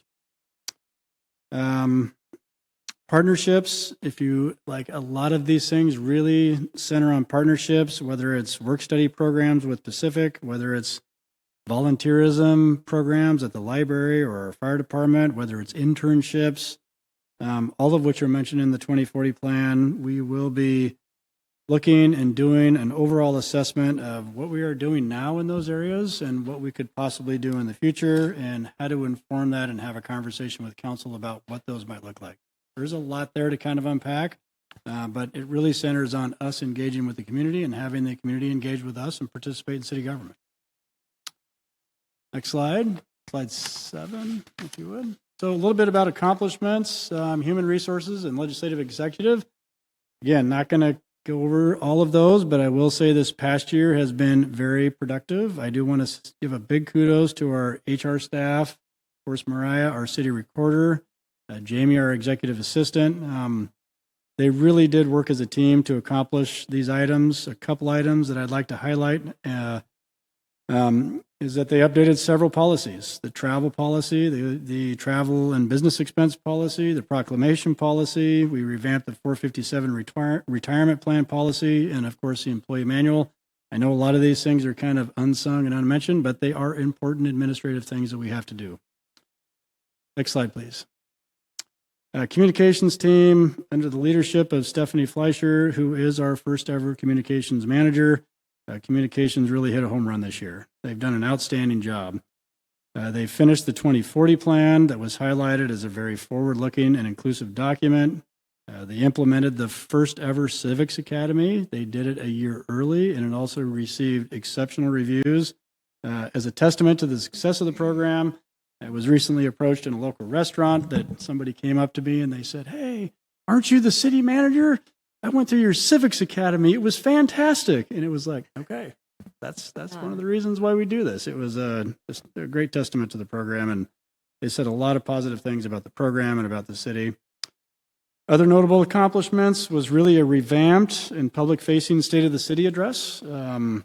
Also, the community open house was very well attended, very well organized. And last but not least, I almost forgot to mention the Parks Activity Guide. It was the first of its kind in the Grove, so there's a lot of firsts this year, which has been very, very popular. We get a lot of compliments on the Parks Activity Guide. It's well used and a really good document. Next slide, please. So information technology, as with communications and me recognizing Stephanie and her team with Joyce, I'd also like to recognize Eddie Littlefield and his team. Eddie has really stepped into this IT role on a temporary basis, and he's just made enormous strides in a very short amount of time. So just some of the more notable accomplishments, we've migrated to Windows 11. Excuse me a moment. We've installed firewalls to improve compliance with what's called our CJIS mandates, our Criminal Justice Information System state mandates. We've installed better antivirus software. We've replaced aging equipment. A lot of our equipment over time was getting well past its life cycle, and Eddie has done an excellent job bringing us back up to our equipment replacement on a timely basis. I will also say that's really improved morale in a lot of departments. When you're working with a computer that may be 9 and 10 years old and it could be kind of slow and it's supposed to be replaced every 5 years, Eddie has really stepped in and brought us back into compliance with our equipment replacement schedule and just done a wonderful job. Next slide, slide 11. So finance department, Sally Shashiri, who has been essentially acting in our finance director position. She's our assistant finance director. She's worked for us for 22 years. She's also done a great job. And she's really kind of filled the void in terms of making sure that the biennial budget has been a success. That really required us to update some of the systems that we had that weren't necessarily geared toward a biennial budget. But we've worked with the providers in those cases, and we've made the software adaptable to the biennial budget, and we now have the biennial budget completely implemented, completely done in the system, if you will. I guess I would also add that Sally has been very responsive. Budget requests come up all the time from staff. You know, what's our budget? How much do we have to spend in this? Does it fit into this? Does it not? And Sally has been very responsive to staff across the board. She's also completed the finance portion of the water rate study and also completed the annual audit. So kudos to Sally, who's done a great job at finance. Next slide, please. So there's a lot of priorities on the next two slides. There's, I think, 20 total. I want to characterize this as somewhat aspirational, and it's kind of an all-inclusive list, if you will. We have not necessarily vetted or resourced these, but I did want to give council a good idea of some of the actions that kind of inform the bigger picture conversation that's going to occur at the retreat. I would add some of the top priorities that staff has identified over the next 2 pages would be helping with the comprehensive plan. The comprehensive plan is going to be a big priority for staff. The communications plan is a big priority. 2040 platform, reporting platform for the public, that's going to be a big priority. Internally, one of the things, this is more aspirational, is we'd like to research a paid leave program, and we'd like to research some work back programs. We're getting to the point in some of our policy discussions with regard to staff recruitment and retention that these are 2 things that cities are working on that we really need to spend some time and attention working on them as well. Really need to continue the positive momentum in IT, and then, of course, hire an onboard assistant city manager, a police chief, and a finance director, obviously 3 very key positions.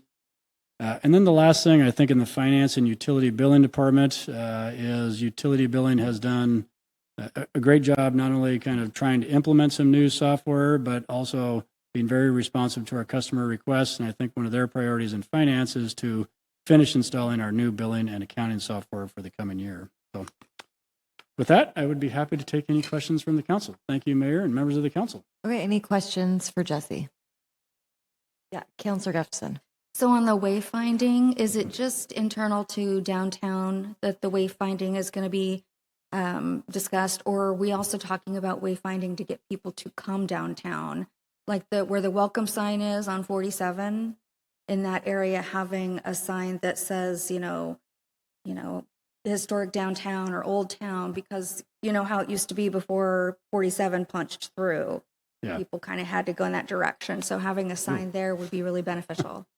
I think that can be part of that scoping conversation about what it does and doesn't include. I know the one thing that it needs to include is better visibility for some of our public spaces that get utilized, whether it be parking, whether it be familiarization to either City Hall or the library, et cetera. So some of the public facilities, typically wayfinding kind of centers on that.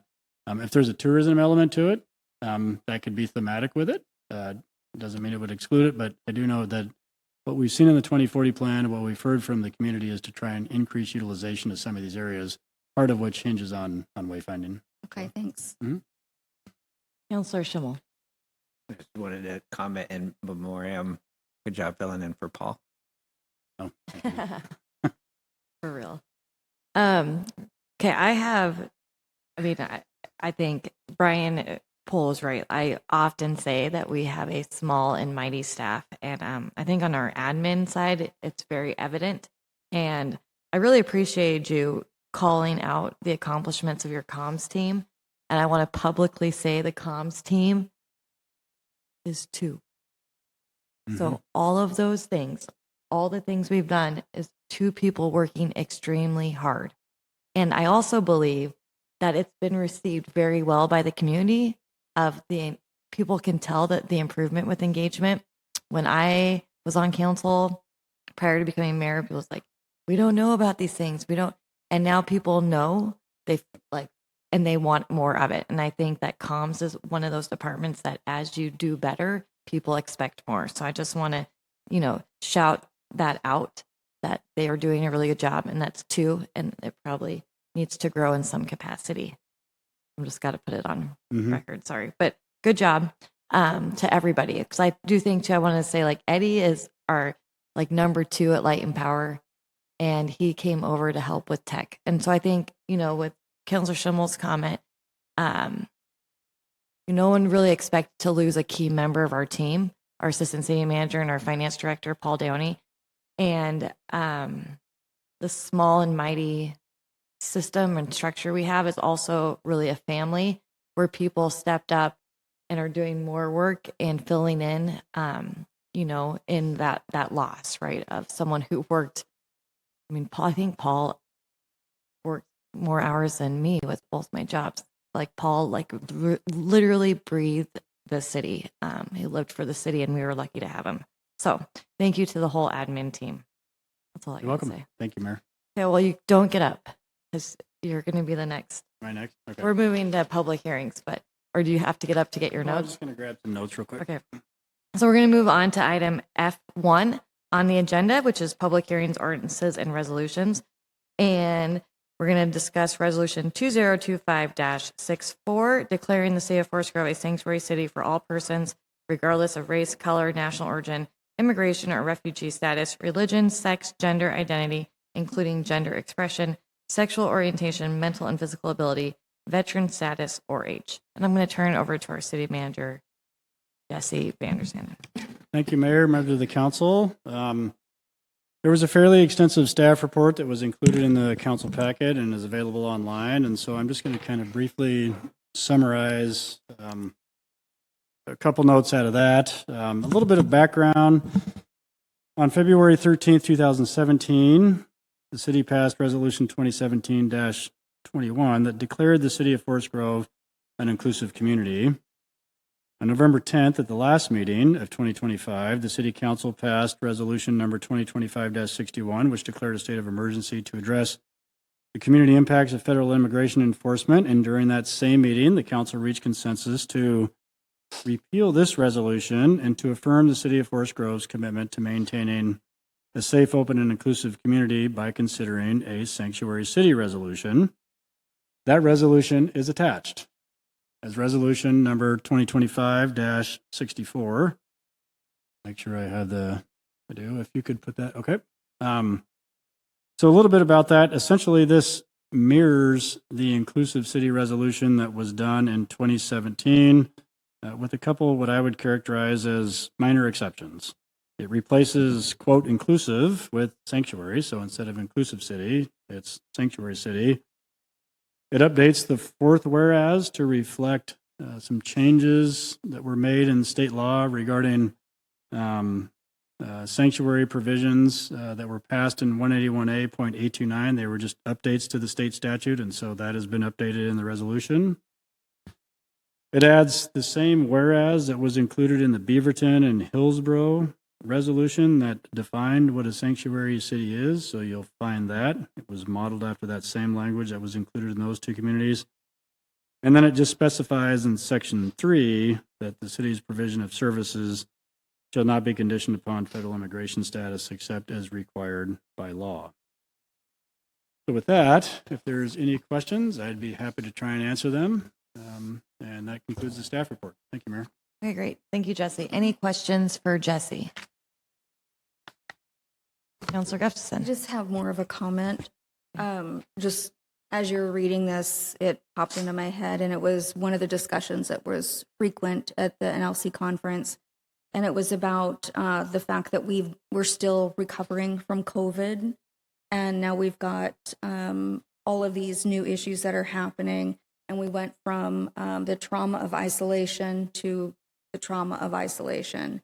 And that the mental health of everybody, especially those at risk, is the issues with it have skyrocketed.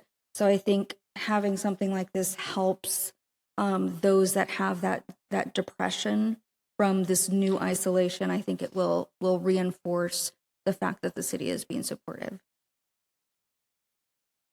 I do have a comment. Okay, well, wait. So I want to be, and that kind of got into discussion. So for the order of like Robert's rules, questions to staff now, then a first and a second, and then discussion. So are there any other questions for staff? Okay, so what is the wish of the council? I'll move to approve. Okay. Second. So Councilor Falconer moved to approve Resolution 2025-64, and it was seconded by Councilor Schimmel. Okay, so now I will open it up to discussion. Councilor Martinez. So I won't restate what I did earlier, even though I didn't get to state everything that I wanted. But sanctuary status won't change the situation at hand or the law. Some constituents have stated that this decision should be by a vote of the community, and I agree. There are other issues we've discussed recently that should be voted by the community and not by the council. in reference to the person that called and made a statement earlier, the journalist, Ben Berquist, showed quite a few IDs that were dumped at the border. And why would somebody dump IDs if they didn't want to be ID'd and be made known to those at the border? So, yeah, unless they have something to hide. That's all I have to say. I'm going to respond to a couple of things. I would say that I only received one email, one public comment asking for a vote, for this to be a vote to the public. And I would also like to point out that based on that comment and the information put in, that person lives in Cornelius and not Forest Grove. I've had many more people say that they supported a sanctuary state or city resolution. And I guess I just want to, I think I'm in an interesting situation of being the mayor and being a teacher, a public school teacher. And I'm going to just stating the facts. The trauma that students, that kids are experiencing right now is ridiculous. So in a given day, a child, a middle school student in 8th grade, doesn't know if their parents are going to be at their house when they get home. I personally have students I teach whose parents have been detained. That is, can you imagine, like, how do you come back from that?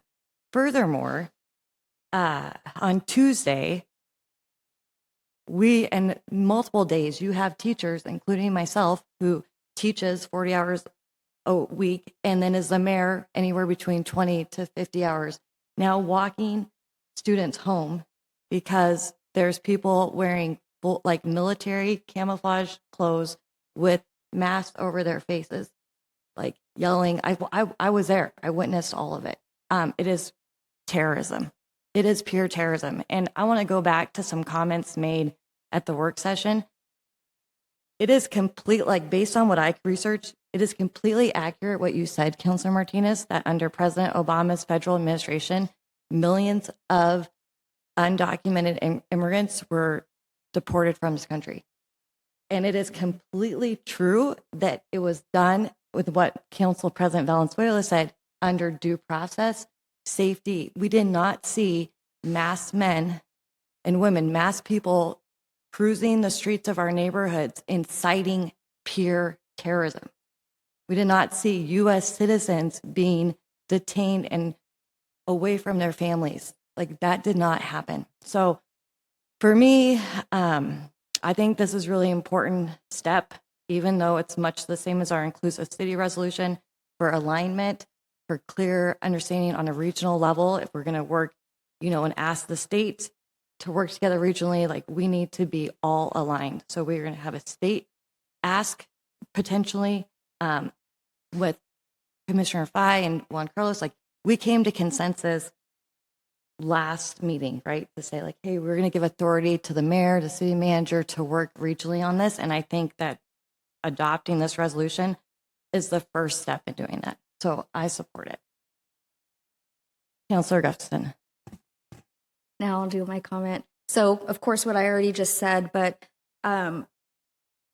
things like that we're doing now, that again, they really do work. And this is how we get changes made. This is how we push back against things that are wrong. Taking actions like this are why I get to have a checking account myself, and I don't have to have one with my husband. It's why I can vote. It's why all these changes happen. As leaders, and this is terrorism. I am with you, Mayor. I am just gripped with despair and grief at sometimes, and I have to pull myself out of it because of what is happening to our community. But as leaders here, we have a responsibility to govern with compassion and empathy. And members of our immigrant community are living in fear. We can't just talk about it. We need to make decisions that reflect how much we care, because they all deserve to feel safe, welcome, and protected in their community and not afraid to go out their front door. Any other discussion items? Will the city manager read the resolution? I just want to make sure I didn't look that way. Okay. Will the city manager please read the resolution by title only? Resolution number 2025-64, resolution declaring the city of Forest Grove a sanctuary city for all persons, regardless of race, color, national origin, immigration or refugee status, religion, sex, gender identity, including gender expression, sexual orientation, mental and physical ability, veteran status, or age. Thank you. Mariah, will you do a roll call vote, please? Counselor Marshall? Yes. Counselor Gustafson? Yes. Council President Valenzuela? Yes. Counselor Schimmel? Yes. Counselor Falconer? Yes. Counselor Martinez? No. Mayor Wenzel? Yes. Resolution 2025-64 is approved by the Forest Grove City Council in a vote of 6-1. Okay, we're going to move on to F2, which is Resolution 2025-65, and we're going to ask Mr. Brian Pohl to come back up.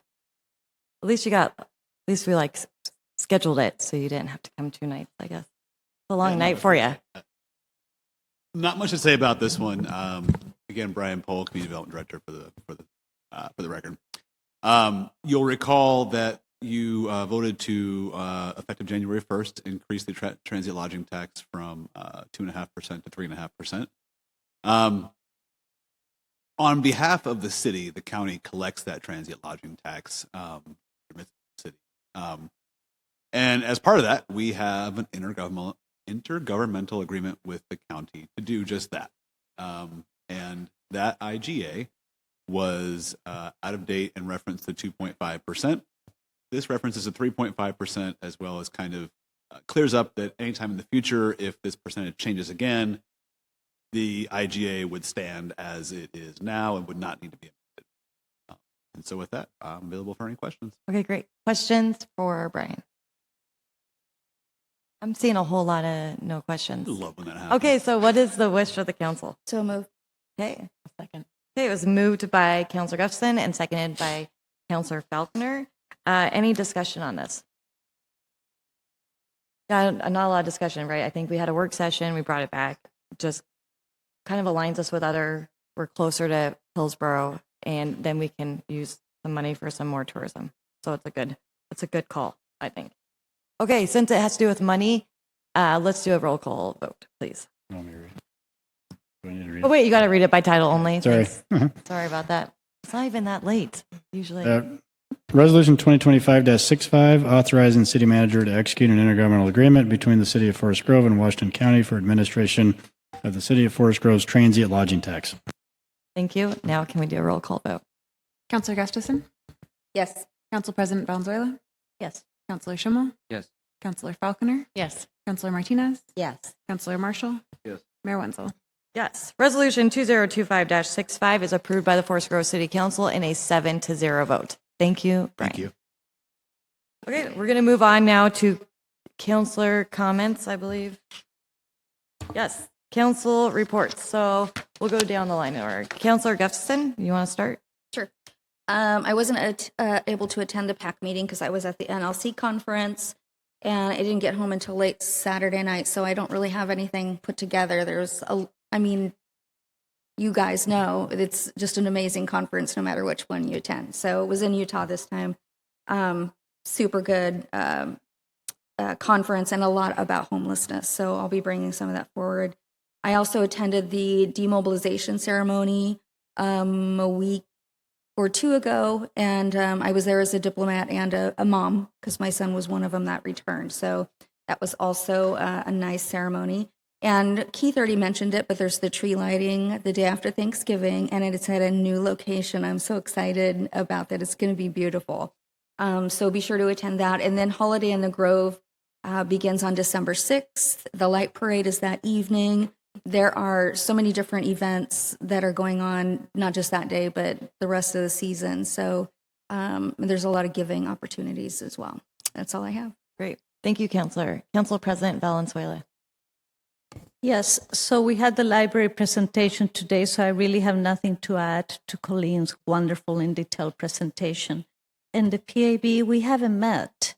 Okay. And I think, people are in the process of submitting applications for funding. and we get to go and vote through on that in January. But I have not received any notifications for, meetings or anything. Okay, thank you. Counselor So we're Schimmel. Well, I'd just refer you back to comments I made during the community development about EDC, other than, they've gone out of their way to kind of sort of mobilize their meetings to other businesses. So we started at VEX this last time, and we'll be going to Taqueria to Corona next time. So they're interested in canvassing our local businesses. And then CCE, they're understandably smug about the success of their open house, and I applaud the council for giving them the reins. I mean, I think this predated me here, that you allowed the CCE to identify a necessary change in the program, even the time and day. So kudos to colleagues here who established that move before, and letting them work out what they envisioned that the community wanted. Thank you, Counselor. Counselor Falconer. I do not have any report. Thank you, Counselor Martinez. I have no report. Okay, Counselor Marshall. All right, so Parks and Rec, we will be getting having a work session with Parks and Rec on December 8th for the cost recovery. We also went over Eastside Park is working with Clean Water to challenge on some stormwater drainage. They're wanting to, correct me if I'm right or wrong, Jesse, that they're wanting to do about almost like half of it would have to be set into drain water for it. But it's the pitch of it, they're trying to make it so they don't have to do it, so they can use more of the park, more of the land for park. We were informed that Council Creek Regional Trail is going to be maintained by Washington County. Code enforcement will still patrol it. We will be paying them to do that. We will be reimbursing them for the cost of maintaining it. Competitive swim will have about 5 meets this year. Swim club, Christmas meet. They're also aquatics is working with swim teams to start doing more community activities. Be involved with that. Story Walk is continuing at Sites Park. Winter Activity Guide will be coming out soon. Winter Rec opens on December 10th. And Holiday Inn at Grove will be December 6th. And Parks will have a pretty awesome float, from what I'm hearing. There might be an elf on a shelf on it. Oh, I love it. So it So should be fun. pretty awesome. Nice. Thank you. Okay, and then City Manager's report. I got everything. Thank you, Mayor. I don't have much to add besides my earlier report and all the other departmental directors' reports. I just would like to reemphasize that the police poll is out for proposals now. And then 2 other things. The right-of-way survey for Phase 1 of the Mountain View TV Highway Safe Routes to School project is in process. That's the data collection phase. Once that phase is complete, we'll move into design. So that project is moving forward. The only other update would be the utilities and the foundation work on the Public Works Administration building is complete. So the concrete has been poured, some of the utilities embedded in it, and that project is moving forward. And we are looking at an April 2026 completion date. So approximately 5 months. Perfect. Thank you. Okay, so my mayor's report. First of all, I want to thank this department director, city staff. We pushed up your annual reports because we also pushed up the retreat. So just a friendly reminder that the retreat is December 1st. It's going to be at Light and Power. It should be on your calendars. We wanted to just do a little change of venue, plus they have a popcorn machine. The important things, right, Keith? But for real, I just really do appreciate the department directors always being flexible. And I really love the annual reports. Like when you're doing it day in and day out, you're like, sometimes, and I don't ever want to do this. And I hope when I'm gone out of this job, I don't take you all for granted. But all the cool things you do while providing the essential services, your job is to provide these services. And then you have all these projects you're doing outside of that. It's just amazing. And we're really lucky to live in Forest Grove. So my report. So Senator Solomon sent a letter. She came and gave public testimony today. I had waited because I wanted to bring it to council and see if the council could give consensus to support this ask, to write a letter to Governor Kotek in agreement with Senator Solomon as a council. And so just a thumbs up if there's consensus. 1, 2, 3, 4.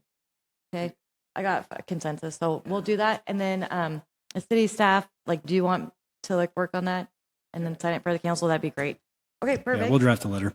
And then I said this earlier after public comment, but Metro Councilor Gonzalez reached out to me a week ago about a task force, a regional effort. So of course I said yes, that Forest Grove would be a part of it and I would be the representative. I think, and then speaking about this regional effort, I spoke to Mayor Beatty from Beaverton, and she's the MMC chair, which is the Metropolitan Mayors Consortium chair. And so she was talking about this regional effort, this one night, one effort to create, like put on a training with our partners, Centro Cultural and Adelante. And so that's going to be, I can tell you right now the date of that. I'm not going to tell you the location. Our partners who are putting that training on have asked that people register. And then once they're registered, then they'll get the location. But if you could save the date it's going to be December 9th, Tuesday, December 9th, from 6 to 9 p.m. That is the time period that we're going to be doing it. And once, including all of you, like once you register, then you will get the location. But that will be a Migrant Watch training. There's an opportunity to donate to organizations that are helping. Time again, please, ma'am. Yeah, sure. 6 to 9 p.m. It's a 3-hour event. I think the training takes 2 hours. So 6 to 9 gives us a little bit of a buffer. But you'll register.